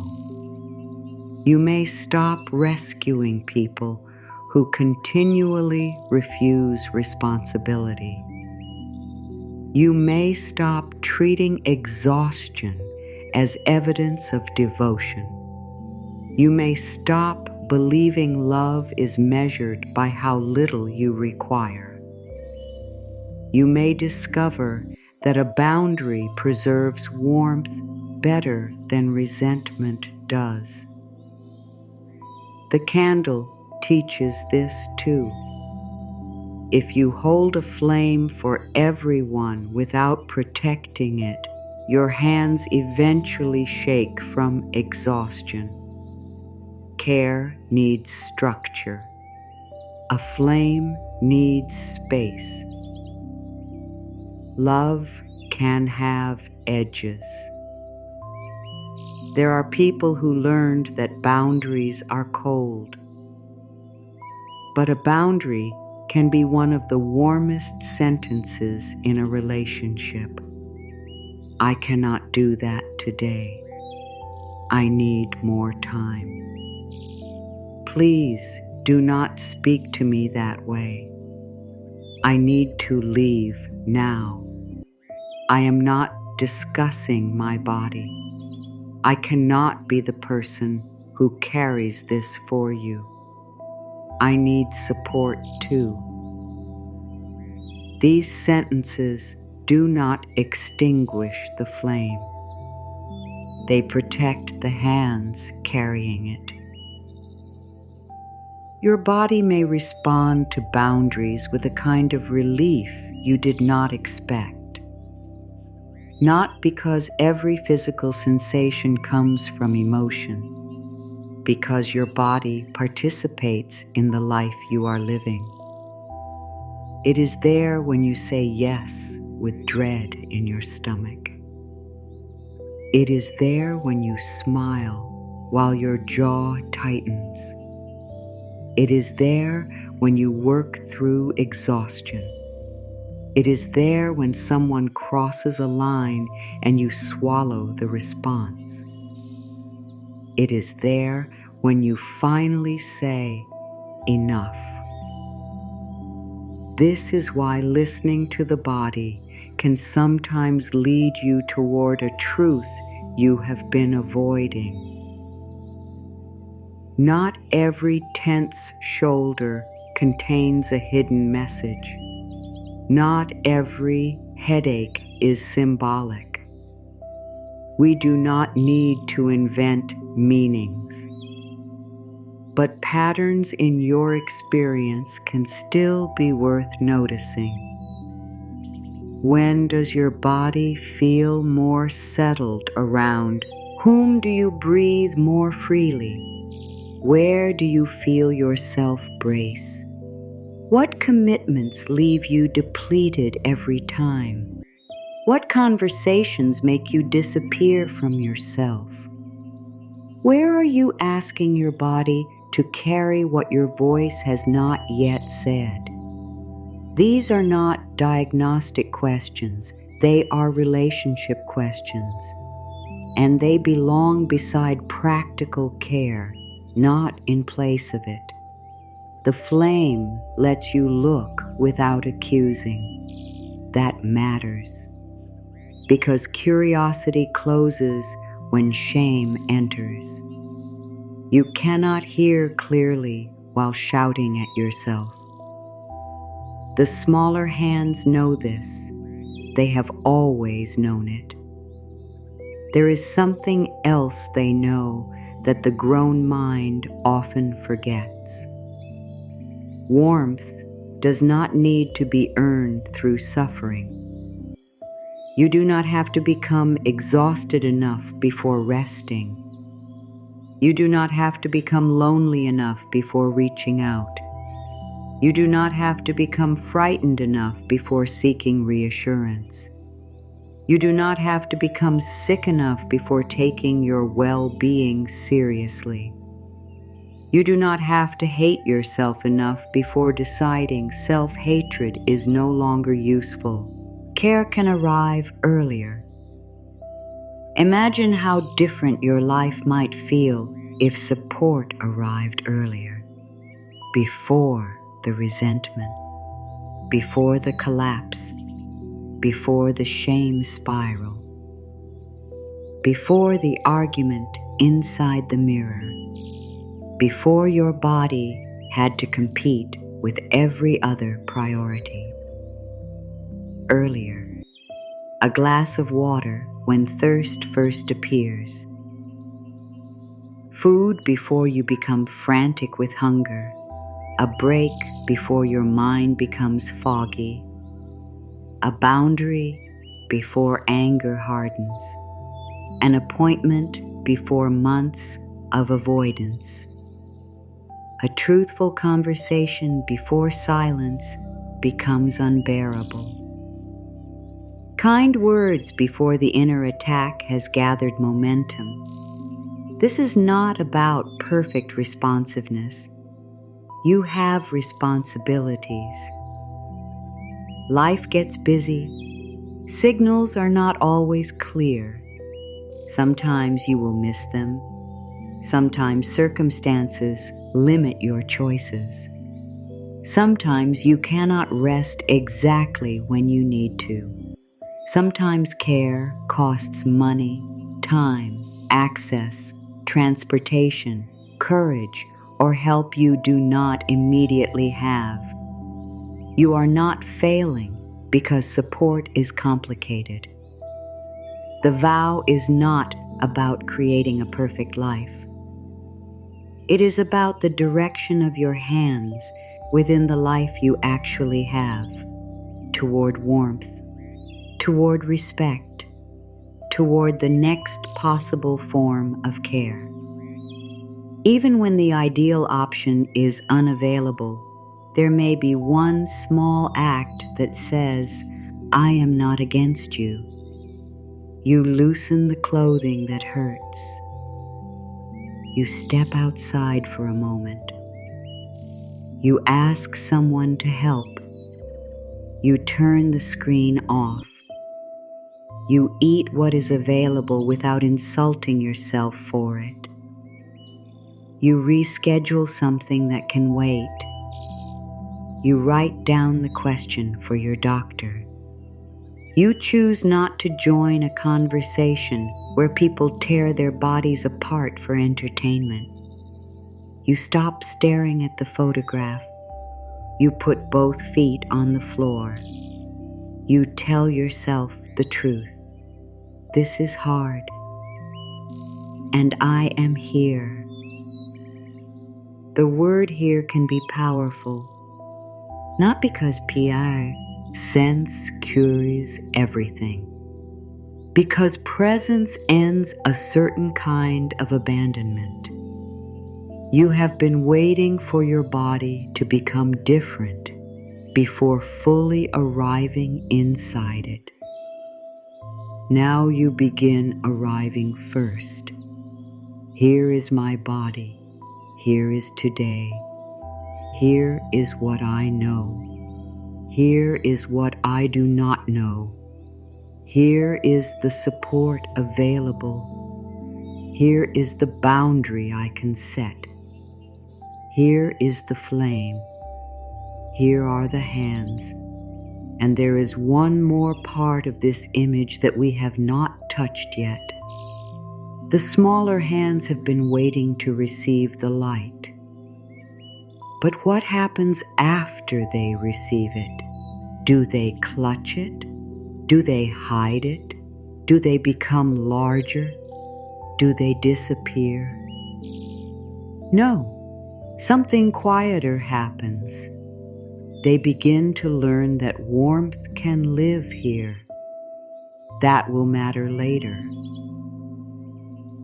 Because a body spoken to with respect does not become a perfect body.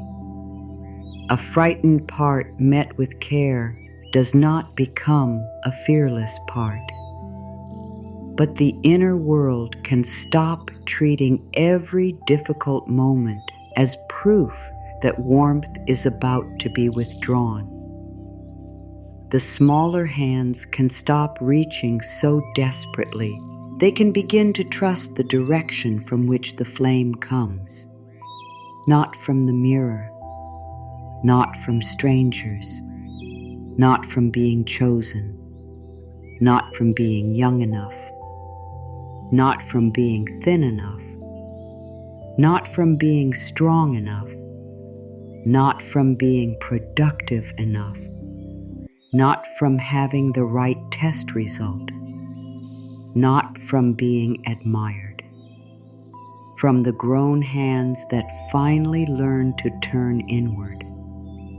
Soon, we will let that warmth travel through the ordinary places where you carry your days, your forehead, your eyes, your jaw, your throat, your shoulders, your chest, your hands, your stomach, your back, your hips, your legs, your feet, not to command them, not to demand release, not to tell them what they must become, only to change the way they are met.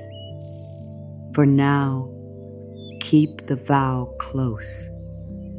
I pass the warm flame inward from these grown hands to the smaller hands waiting for its light.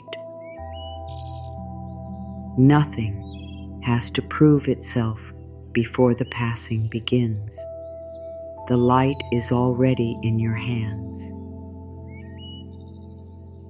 Now let it become practical, not something beautiful that exists only while you are listening.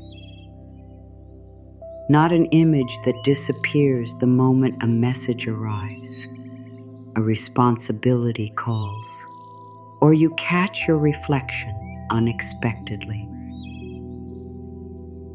Let the warmth move into the places that have carried you through ordinary life.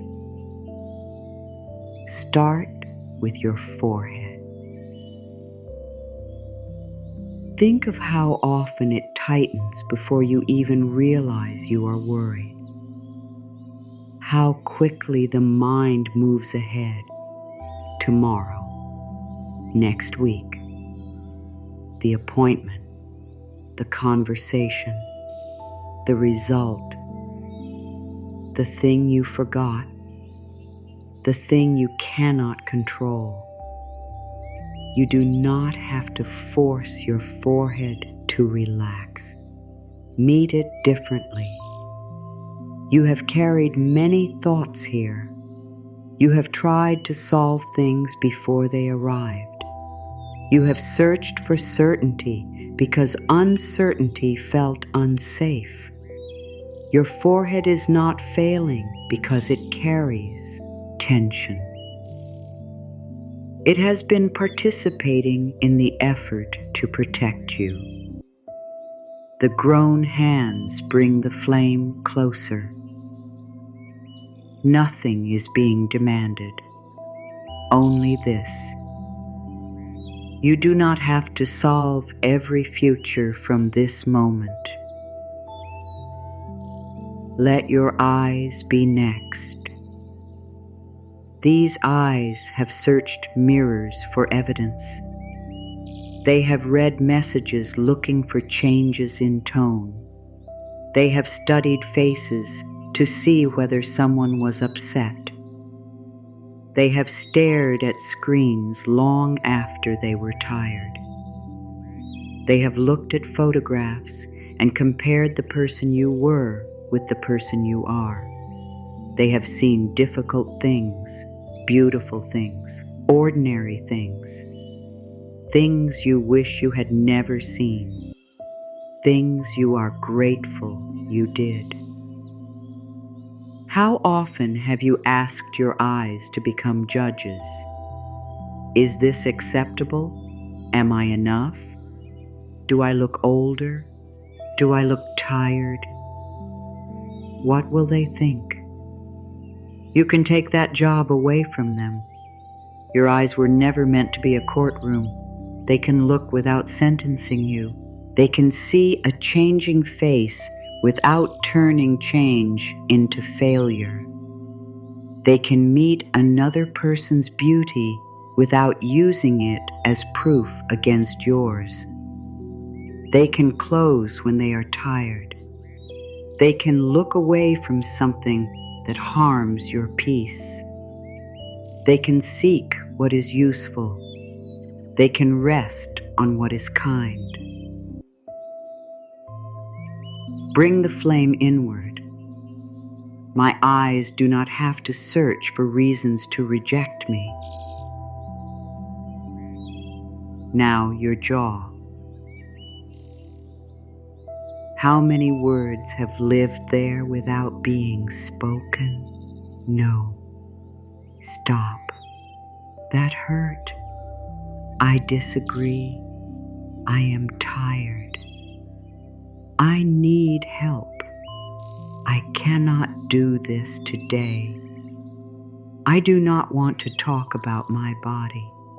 Please do not say that to me. I need more time. There are sentences a person can carry in the jaw for years. There are smiles held over anger. There are polite answers placed over exhaustion. There are conversations survived by clenching through them. Your jaw does not need to become evidence of weakness because it tightens. It may be carrying effort. It may be carrying habit.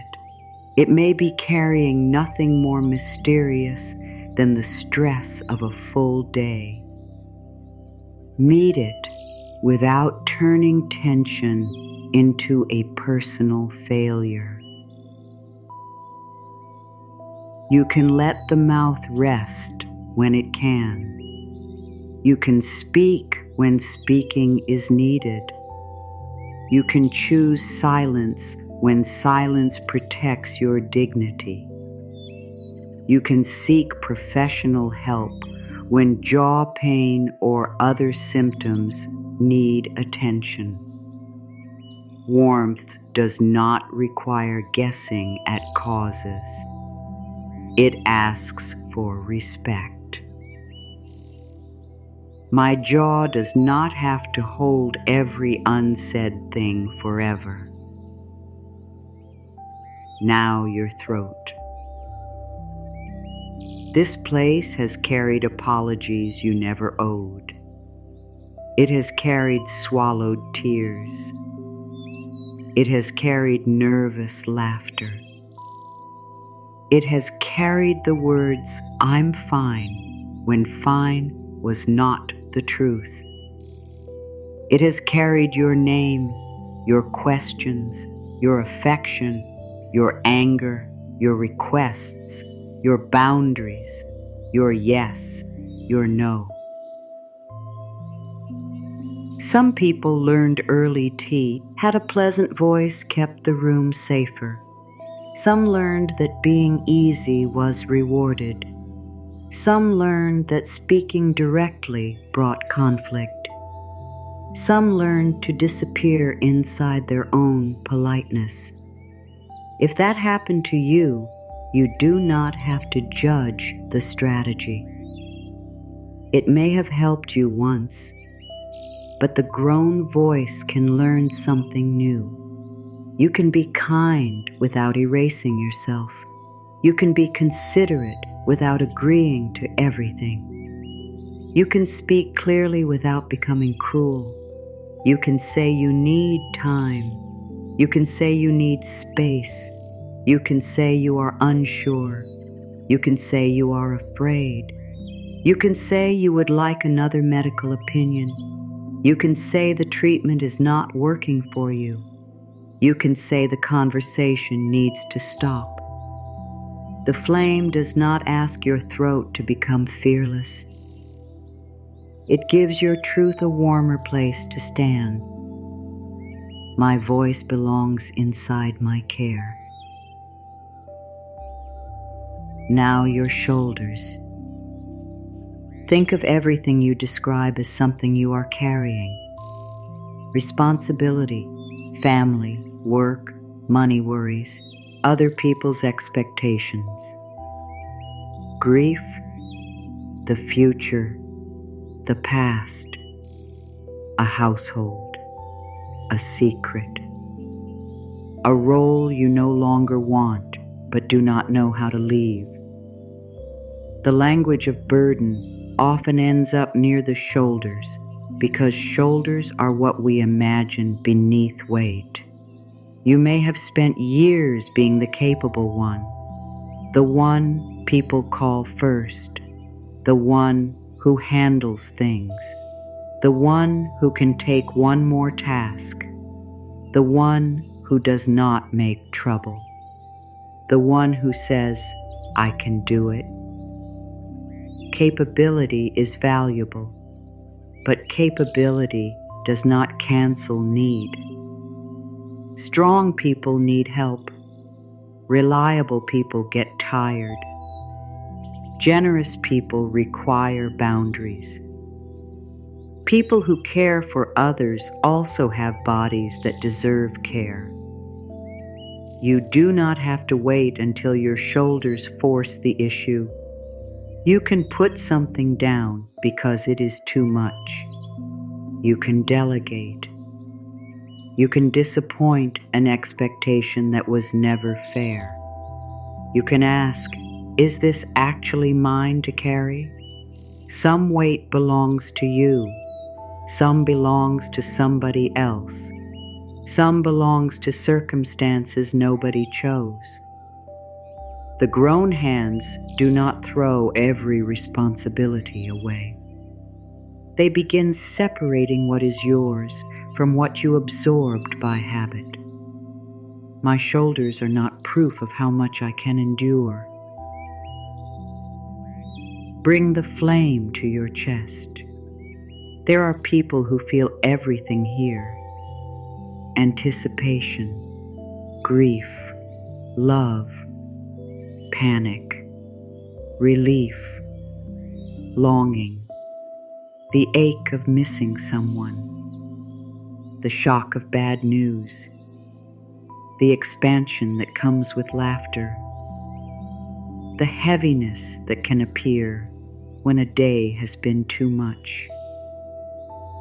Your chest may have been a place you monitor closely, especially if fear has taught you to become highly alert to physical sensations.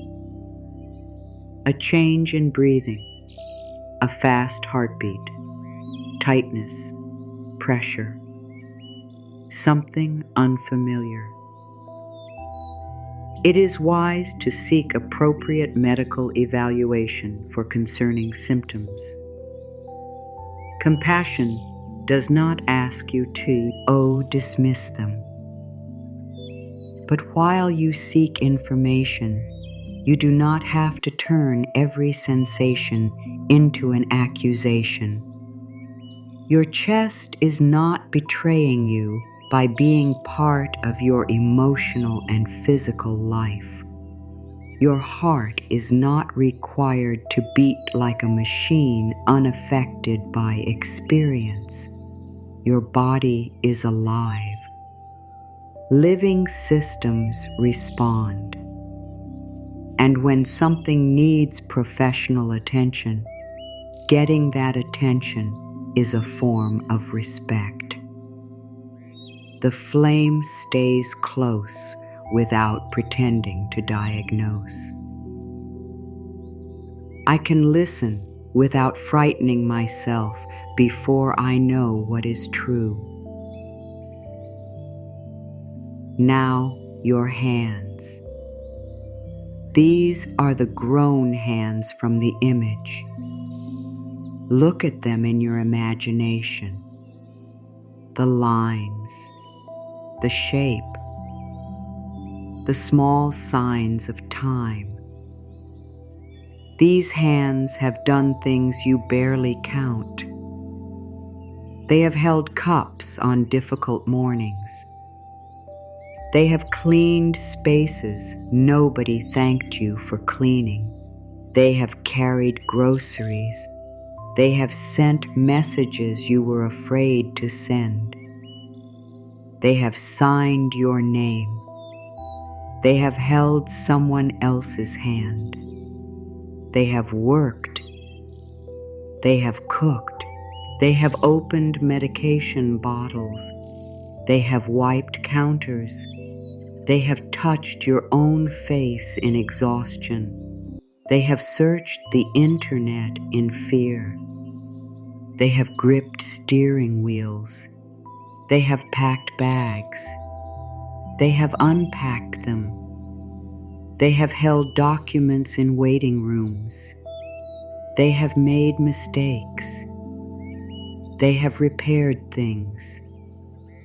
They have created things.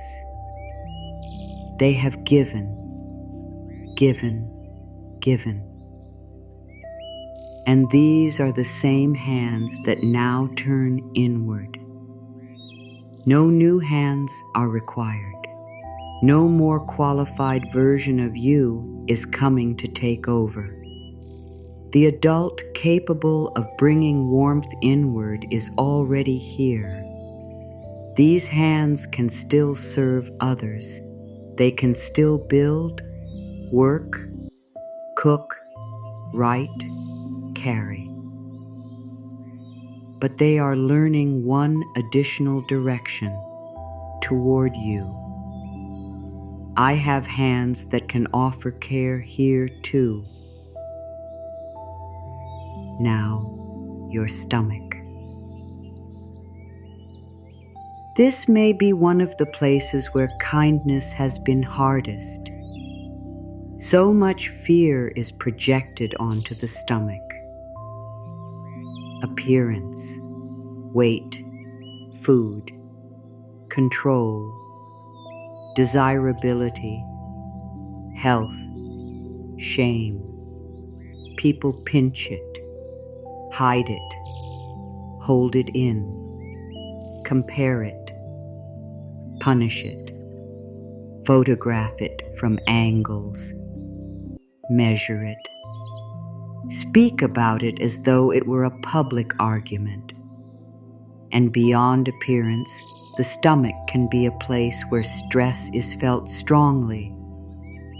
Butterflies, nausea, hunger disappearing, hunger increasing, a twisting feeling before a difficult conversation, the unsettled sensation of waiting. You do not have to make every feeling symbolic. You do not have to spiritualize digestion. You do not have to claim emotional causes for medical conditions. You can keep the relationship grounded. This part of my body deserves nourishment, appropriate care, and freedom from humiliation. Food does not need to become a courtroom either. A meal does not determine your moral worth. Eating something does not make you good. Eating something else does not make you bad. Nutrition can matter deeply without turning character into an ingredient.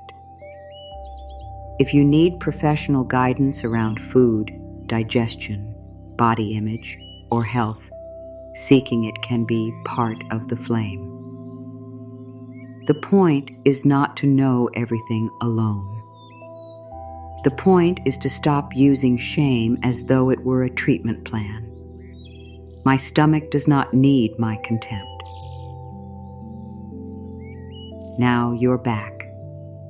Your back has supported you in ways you rarely think about until something hurts.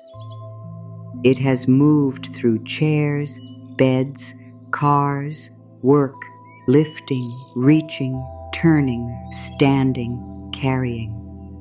There may be history here, an injury, a job that demanded too much, a period of caregiving, a long commute, a condition that needs ongoing management, or no dramatic story at all. Bodies develop aches for countless reasons. You can respond responsibly without creating a moral explanation. If pain needs evaluation, let care include evaluation. If movement has been recommended, let care include movement. If rest is needed, let rest be respectable. Your back does not owe you silence. You do not owe it anger. My back can be supported without being blamed. Now your hips. These places carry movement, balance, sitting, standing, walking, turning. Changes here may bring frustration, especially if movement used to feel easier. There can be grief in physical limitation. Real grief. You do not have to convert that grief into inspiration before it is ready. You can miss what was easier. You can feel angry that something changed. You can want greater mobility. You can work with qualified support toward what is possible and still refuse to insult the body you have today. The flame does not say, you should be grateful for every limitation. It says, you do not lose dignity because something is harder now. That is a different promise. My dignity does not depend on effortless movement. Now your legs. Think of how often you have judged them only by appearance.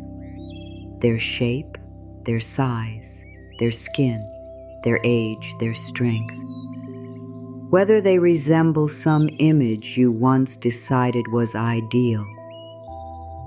But legs have been carrying a life across kitchens, parking lots, stairs, hospitals, airports, school corridors, grocery aisles, bedrooms in the middle of difficult nights, places you were excited to enter, places you could not wait to leave.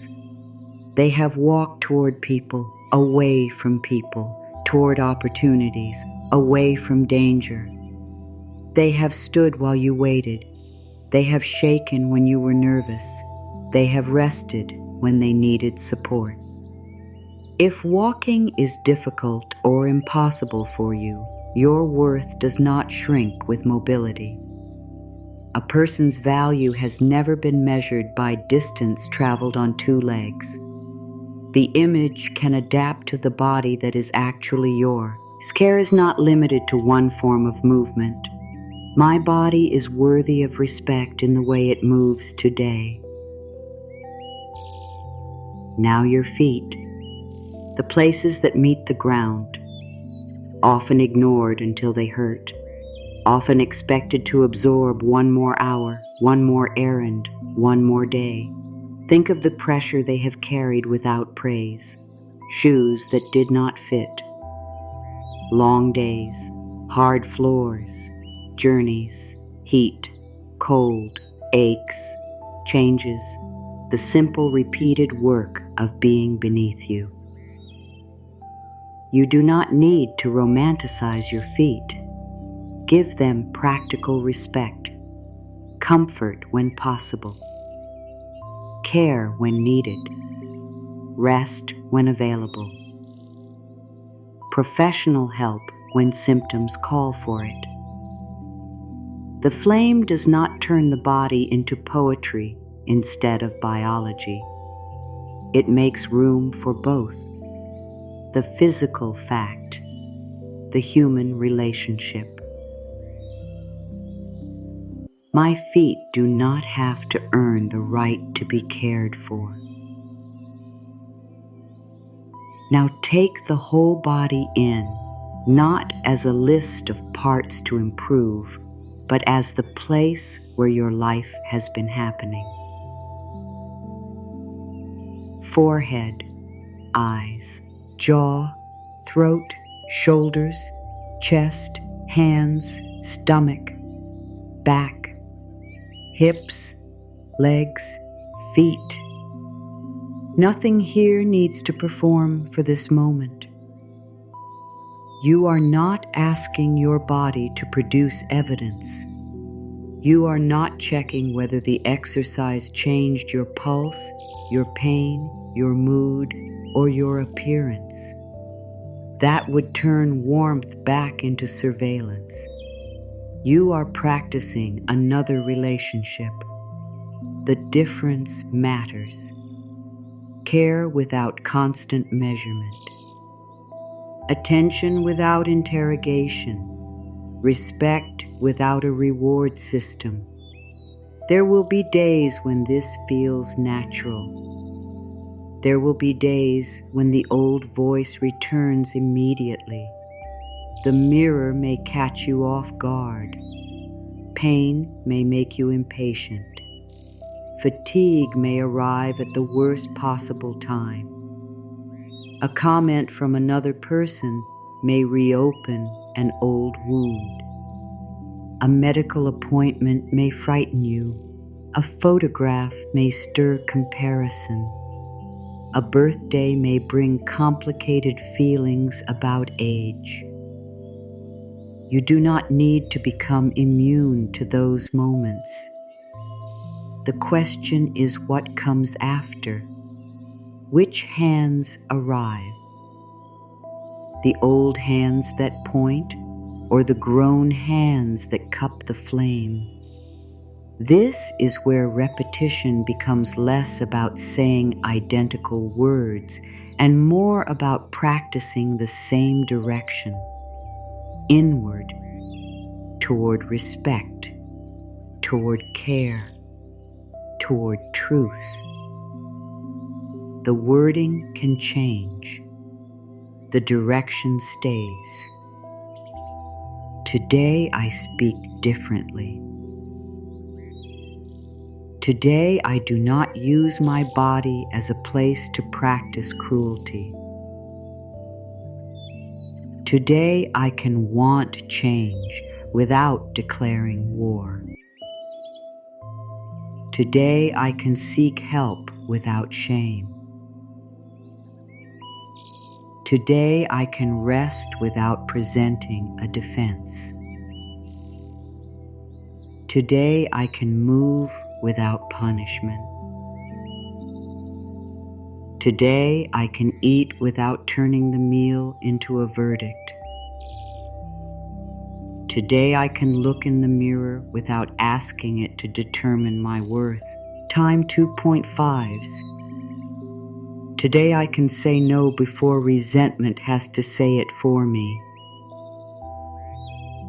Today I can tell the truth about what hurts. Today I can be uncertain without attacking myself. Today I can choose warmth. The sentences do not have to feel dramatic. Let them be ordinary. Ordinary care is underrated. The most important moments may never look spiritual from the outside. Changing into clothes that do not hurt. Taking the medication you were prescribed. Calling for an appointment. Canceling a plan because your body needs recovery. Making the meal. Closing the laptop. Leaving the conversation.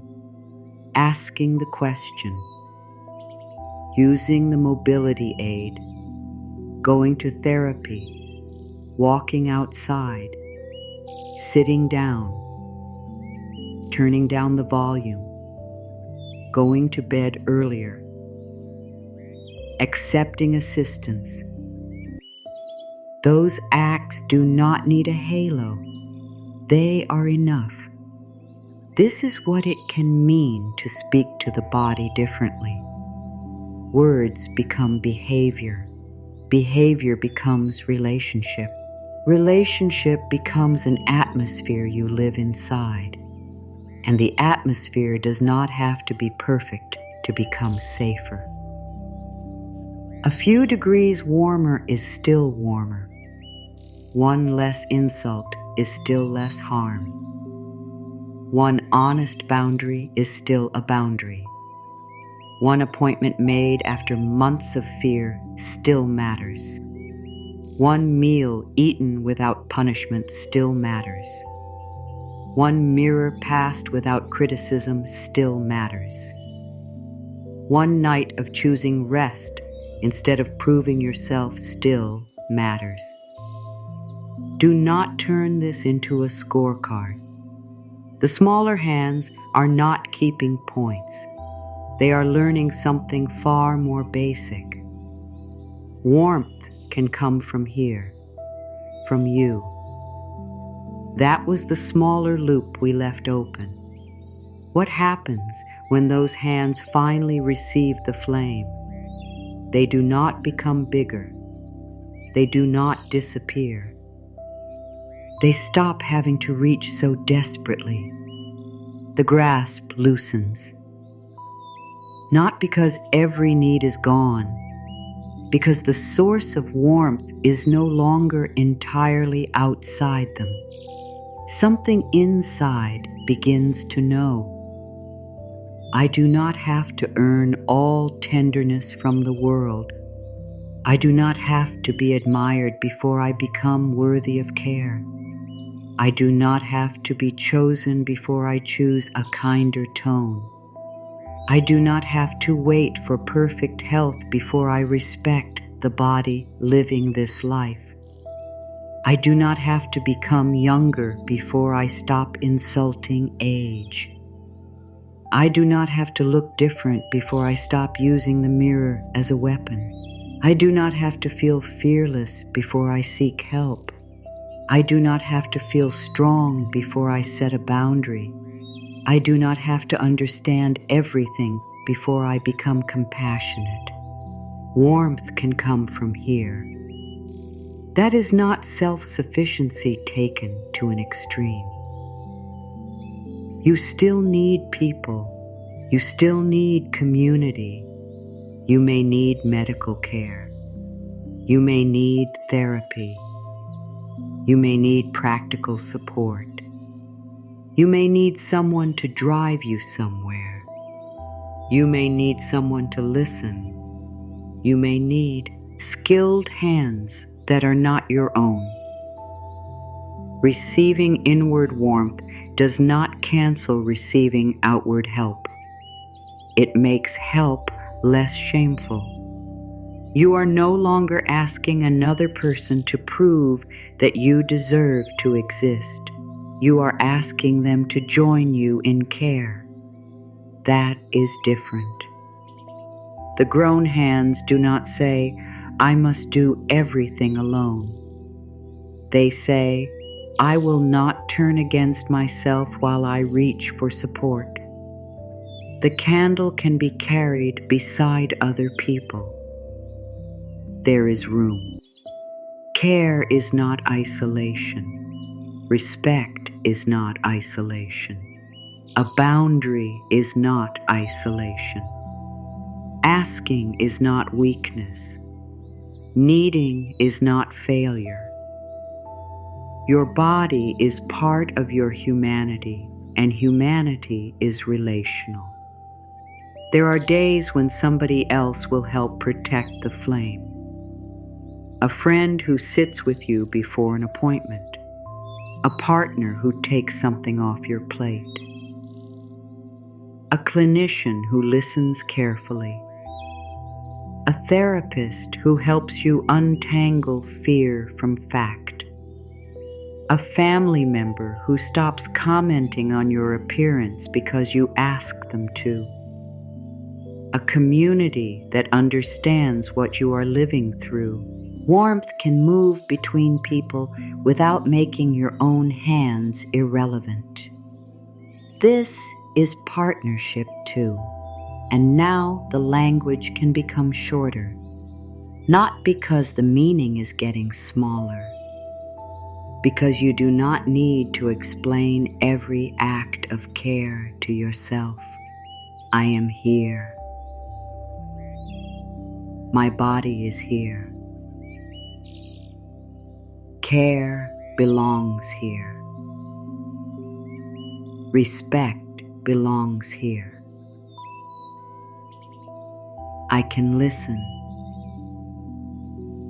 I can respond.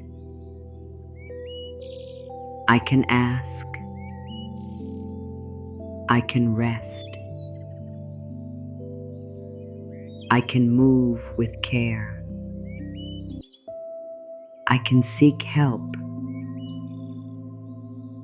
I can change my mind. I can set a boundary. I can eat without shame. I can live without constant comparison. I can meet uncertainty with support. I can stop the insult. I can choose another tone. My body deserves dignity. My needs are human. My limits are information. My fear can be met. My questions can be asked. My pain can be taken seriously. My rest can matter. My comfort can matter. My safety can matter. My voice can matter. My body is not a courtroom. My mirror is not a verdict. My age is not a failure. My needs are not an inconvenience. My care is not a reward. My worth is not measured here. The flame comes inward. The grown hands turn. 1.9s. The smaller hands receive. Warmth is here. Respect is here. Care is here. I am here. And because I am here, I can choose what comes next without making myself the enemy first. There is still one final movement ahead, not another lesson, not another task. A settling of language into something you can carry beyond these words, shorter, cleaner, closer to the body, until the flame no longer needs explanation, until the smaller hands do not have to reach, until care sounds less like an idea and more like the voice you recognize as your own. Care can become the voice you recognize as your own. Not borrowed language, not something you perform because you are trying to be spiritually correct, not a list you have to memorize, a tone, a direction, a way of meeting yourself when life does not cooperate. You may still wake up on some mornings and dislike what you see. You may still have days when your energy is lower than you hoped. You may still become frightened by something unfamiliar. You may still lose patience with your body. You may still wish you could return to an earlier version of yourself. None of that erases what you have learned here. The new relationship is not proved by perfect thoughts. It is proved by the way you return. You hear the old sentence. You feel the old tightening. You recognize the familiar urge to inspect, compare, blame, or push. Then the grown hands remember where to turn. Inward. The flame does not need ceremony. You do not need a special room. You do not need the perfect mood. You do not need complete faith. You can be standing in a grocery store, sitting in a waiting room, getting dressed, walking into work, waiting for a phone call, preparing for an appointment, looking at an old photograph, lying awake with questions. You can remember in the middle of ordinary life, my body does not need another enemy. That may be enough to interrupt the old momentum.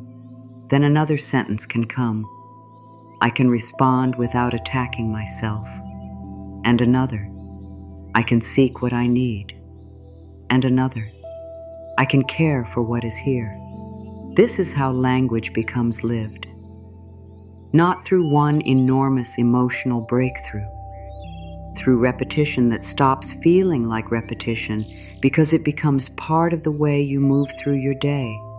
the same way you learned criticism.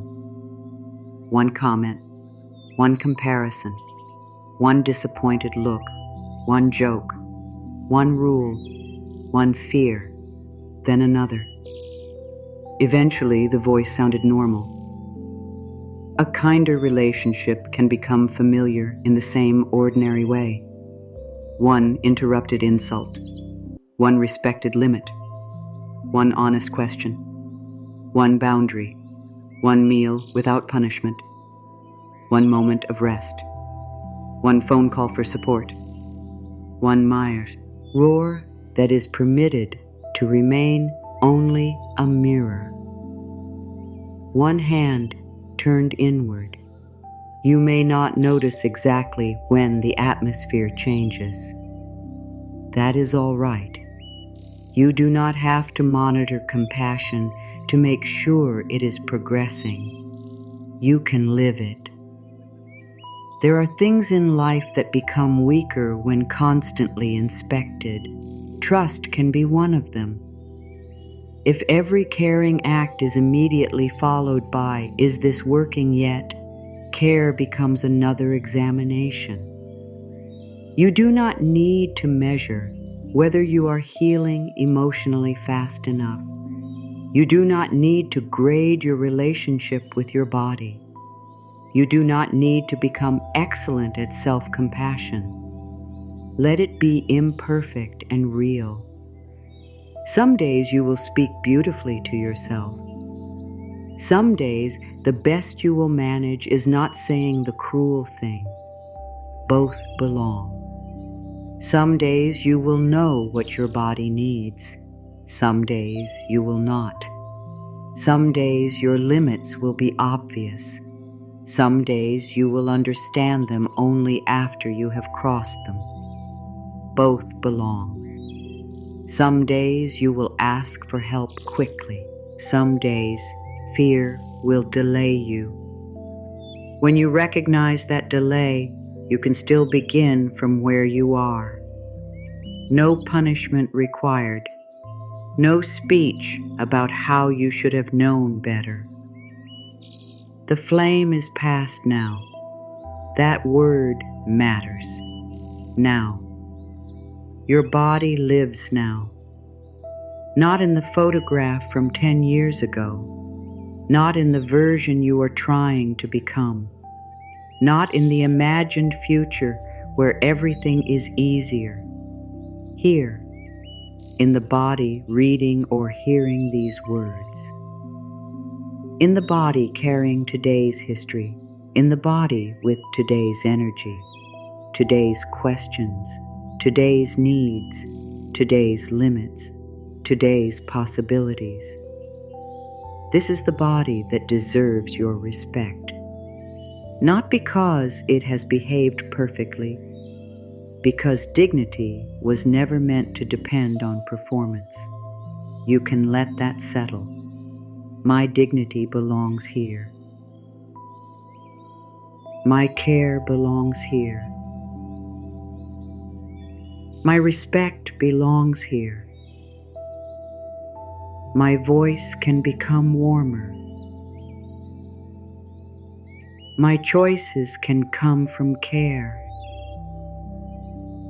My body can be heard without being judged. I can respond before I criticize. I can ask what is needed. I can seek support. I can receive support. I can tell the truth. I can leave what harms me. I can protect what matters. I can change a habit without hating myself. I can want improvement without declaring myself unacceptable. I can miss who I was without rejecting who I am. I can grieve change without making change a failure. I can be afraid without becoming cruel.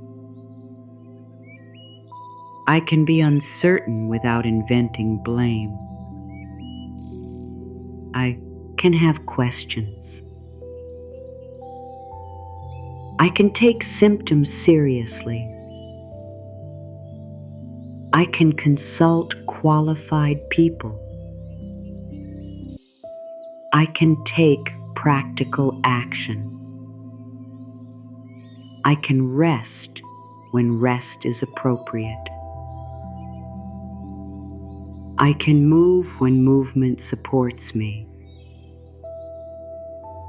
I can eat without turning food into a moral test. I can look at myself without conducting a trial. I can step away from comparison. I can stop apologizing for every need. I can make room for my humanity. I can meet my body here. These are not commands. Take only the sentences that feel honest enough to carry. Leave the rest. There is no prize for agreeing with everything. You are not meant to become dependent on someone else's words. The purpose of a healing talk is not to make you repeat language forever. It is to help you recognize your own compassionate voice when it begins speaking. That voice may sound less polished than this. Good. It belongs to you. It may say, I'm exhausted. Let's make tonight easier. It may say, I don't like what I see today, but I'm not going to tear myself apart over it. It may say, this symptom worries me. I'm making an appointment. It may say, that comment about my body was not okay. It may say, I need to eat. It may say, I cannot take on one more thing. It may say, I miss how things used to be. It may say, I am sad. It may say, I need somebody with me. It may say, I don't know. These can all be compassionate sentences. Compassion does not always sound beautiful. Sometimes it sounds practical, sometimes blunt, sometimes tired, sometimes protective. Sometimes it is only a hand reaching for the phone and asking for help before fear changes its mind. Sometimes it is leaving a room. Sometimes it is sitting down. Sometimes it is eating the food. Sometimes it is turning off the camera. Sometimes it is wearing the comfortable clothes. Sometimes it is canceling something. Sometimes it is keeping the appointment. Sometimes it is admitting you have been struggling. That is the flame too. Warmth does not have to look poetic to be real. This matters because you may have spent years waiting for self-love to feel like a dramatic emotion. You expected to wake up one morning and finally adore yourself. Perhaps there are days like that. But sustainable care is often quieter. It is the absence of unnecessary cruelty.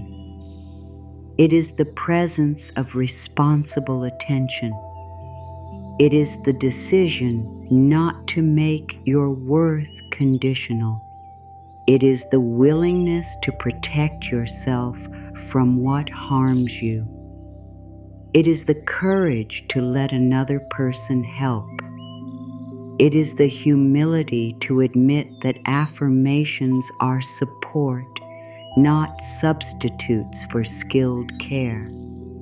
It is the maturity to say now that not everything can be controlled through thought. You are not being asked to control your biology with your beliefs. You are being invited to change the relationship in which you experience your life. That is meaningful enough. The mind sometimes wants more. Tell me the sentence that guarantees everything will improve. Tell me exactly what to say so the pain disappears. Tell me what thought will make my body obey.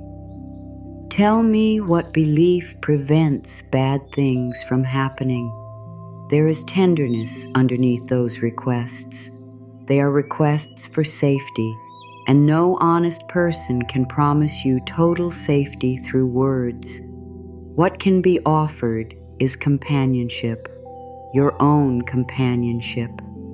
The grown hands staying warm even when they do not know the answer. The ability to say, this is hard, and I can still treat myself with respect. The ability to say, I am getting help. The ability to say, I am listening. The ability to say, I refuse to make fear mean I have failed. That form of trust is stronger than pretending. It can survive difficult information. It can survive an imperfect day. It can survive aging. It can survive a relapse in an old habit. It can survive the moment you catch yourself criticizing and have to begin from there. You do not lose the flame because you forgot it for an hour, or a day, or longer. Warmth is not an achievement badge. You can turn back toward it. That is the practice. Return without humiliation. Return without making the detour another reason to attack yourself. Return because the hands still belong to you. There may be a particular word you want your body to hear more often. Not necessarily one of mine, yours. Maybe it is safe, maybe enough, maybe rest, maybe respect, maybe patience, maybe strength, maybe home, maybe worthy, maybe ease, maybe trust, maybe care, maybe free. Choose the word that feels like warmth rather than pressure. If you want to leave something of yourself beneath this conversation, comment that one word. No explanation is necessary. You do not have to tell your story. Just the word you want to practice bringing inward. Let it be less of a promise about what your body must do and more of a reminder of how you want to meet it. Respect, care, home, enough, whatever is yours.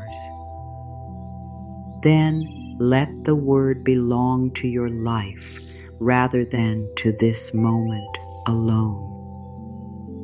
When the mirror becomes sharp, bring it there. When waiting becomes frightening, bring it there. When you are tempted to override a limit, bring it there. When another person's opinion becomes louder than your own dignity, bring it there. When you need to ask for support, bring it there. One word can become a doorway back into the relationship. Not magic. Memory. This is how the candle remains useful.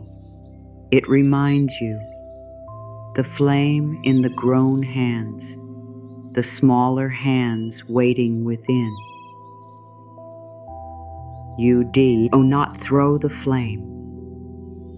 You do not demand that the smaller hands stop trembling before receiving it. You bring it close.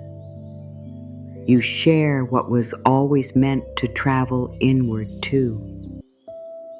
And now the language can become even lighter. I am listening. I am learning. I am here. My body matters. My safety matters. My limits matter. My needs matter. My questions matter. My rest matters. My voice matters. I choose respect. I choose care. I choose truth. I choose support. I choose warmth. I can soften the tone. I can change the question. I can stop the blame. I can seek help. I can ask clearly. I can say no. I can say yes honestly. I can slow down. I can begin here. I do not need perfection. I do not need punishment.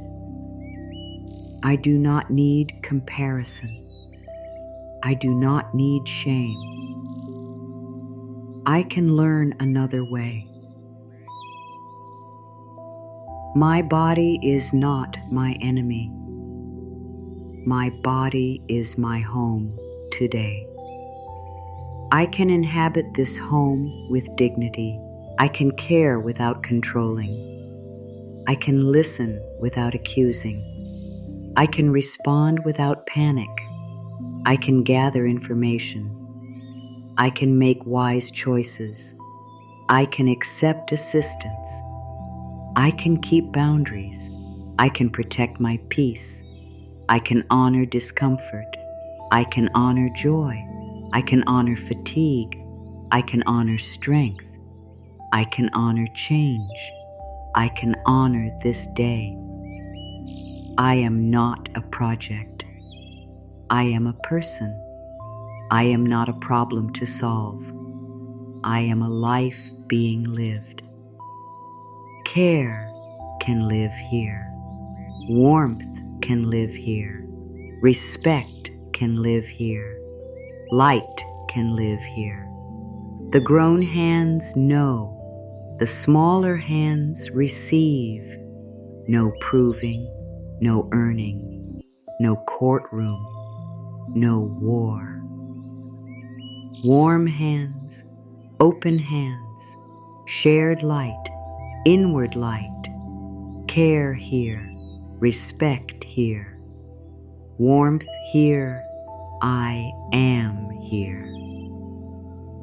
You may find that shorter words reach places explanations cannot.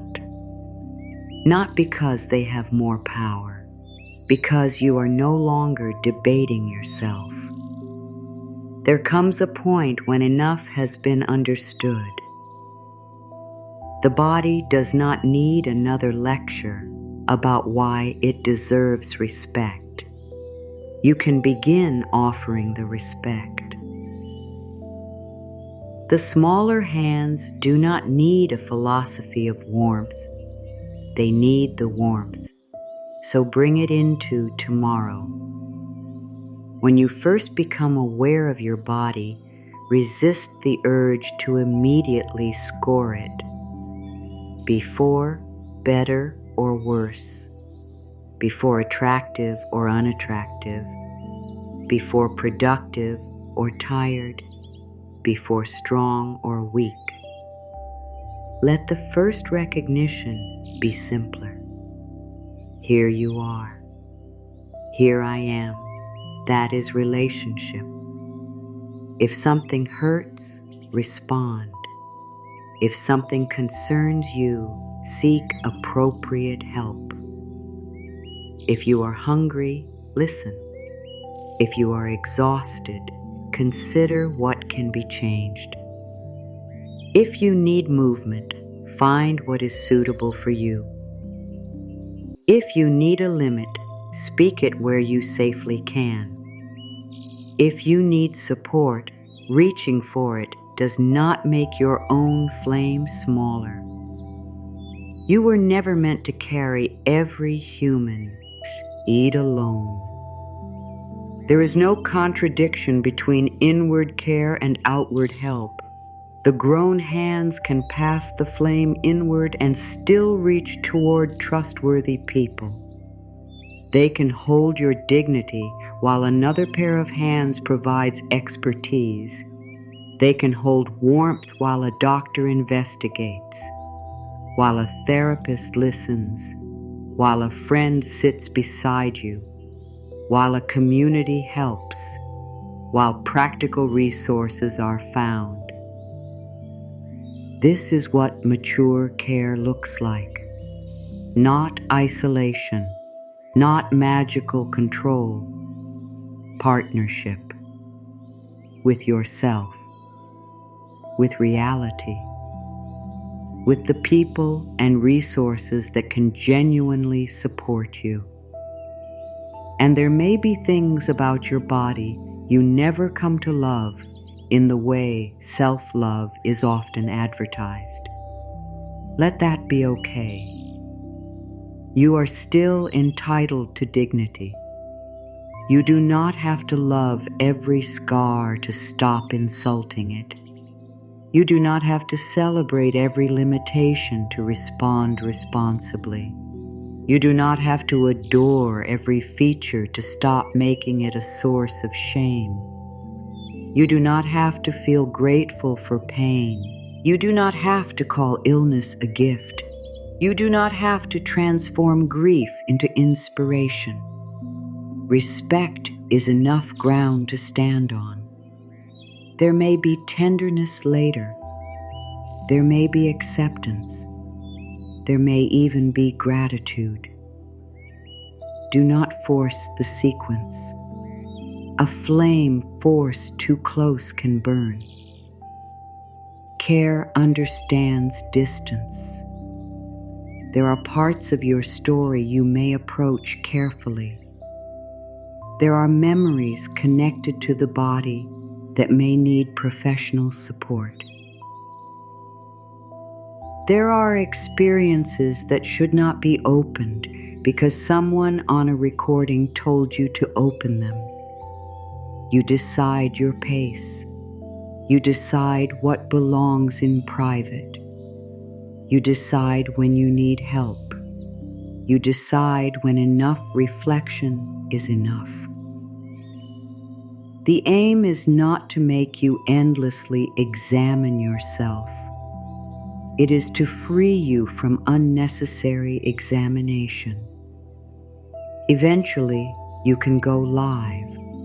You can leave the mirror, leave the scale, leave the analysis, leave this recording, go make lunch, answer the message, take the walk if it suits you. Rest, work, laugh, call somebody. Do whatever your actual life asks next. A healthy relationship with the body should make more life possible, not make the body the center of every thought. You are more than your appearance, more than your symptoms, more than your energy level, more than your age, more than your diagnosis, more than your fitness, more than the way clothes fit, more than the story another person told about your body. Your body matters deeply. It is not the entire definition of you. That balance is part of peace. Care for the body. Do not turn it into an idol. Listen to the body. Do not make every sensation a prophecy. Respect the body. Do not make wellness a measure of moral worth. Seek health when you can. Do not make imperfect health a spiritual failure. Live here and still remember that you are larger than what can be seen in a mirror. You have thought, memory, humor, history, imagination, relationships, values, choices, tenderness, knowledge, curiosity. You have ways of loving that no photograph can capture. You have survived mornings nobody else knew were difficult. You have carried private grief. You have made people laugh. You have learned things late. You have changed your mind. You have begun again. The body has been present for all of it, not as a perfect servant, as part of the living experience. Perhaps this is a better way to understand what it means to say the body is listening, not as though every cell is obeying every sentence, not as though thoughts command biology, but your life is listening to the tone you bring into it. Your choices hear that tone. Your boundaries hear it. Your willingness to ask for help hears it. Your willingness to rest hears it. Your ability to speak honestly about symptoms hears it. Your relationship with food and movement hears it. The way you respond to the mirror hears it. The way you interpret your own needs hears it. So speak in a way that supports the person who must live inside those choices. Speak in a way that makes care easier to choose.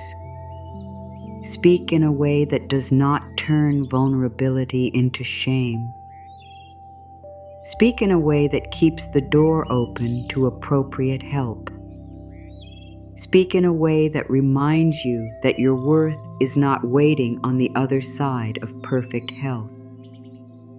This is how your words may support healing in the broad human sense.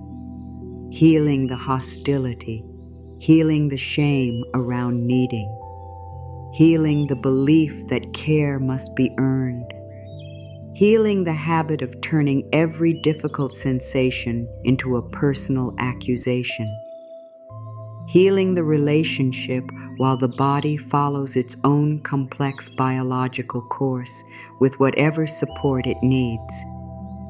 That promise is quieter than a miracle claim. It is also more trustworthy. You can change how you speak. You can change how you meet yourself. You can become less frightening to the younger places within you. You can become more willing to seek real help. You can practice warmth without demanding that warmth control the future. That is enough work for words. The rest belongs to life, to time, to biology, to medicine when medicine is needed, to therapy when therapy is needed, to rest, to nourishment, to movement, to boundaries, to community, to circumstance, to things nobody can completely control. Your job is not to master every one of those forces. Your invitation is smaller. Carry the flame inward. Let the grown hands learn the root. Let the smaller hands recognize the warmth. Then continue living. The sentence from earlier can return now without needing emphasis. My body is not my enemy. I speak to it with warmth, respect, and patient care. Patient. Not because saying it makes you invulnerable, because living from it can change the way you stand beside your own humanity. And if the full sentence is too much on a hard day, use less. I am willing to be kinder, or less. I am here, or less. Care, a single word, a small flame, enough to see the next step. You are permitted to finish these words without producing any particular feeling. You do not need to feel peaceful right now. You do not need to feel healed. You do not need to feel transformed. You do not need to check your body for signs that something happened. You may feel relieved. You may feel emotional. You may feel skeptical. You may feel tired. You may feel exactly the same. All of those responses are permitted. Do not turn the ending into another measurement. Take what supports you. Leave what does not. Return to ordinary life with one less reason to fight yourself. The smaller hands were never waiting to become stronger before receiving the flame. They were never waiting to become more beautiful, more disciplined, more productive, more spiritually advanced. They were waiting for the grown hands to realize that warmth was never supposed to travel in only one direction. That is the final piece. The light was always meant to be shared inward, too. You do not have to carry every candle out of yourself. Keep some warmth here. For the morning when the mirror is difficult, for the afternoon when your energy drops, for the appointment you wish you did not need, for the day your body changes in a way you did not choose, for the moment you need to leave, for the moment you need to ask, for the moment you need to receive, for the ordinary evening when nothing dramatic is wrong and you simply want to exist without criticizing the place you live. Keep some warmth here. Let your hands learn that. Let your voice learn it. Let your choices reflect it. You can talk to your body in a way that supports care rather than conflict. You can listen without treating every signal as a verdict. You can seek healing and support without making your worth depend on the outcome. You can become a warmer place for yourself to live. And so it is. The grown hands turn inward. The smaller hands no longer reach into emptiness. The flame passes between them. No force is needed. The light has found its way home.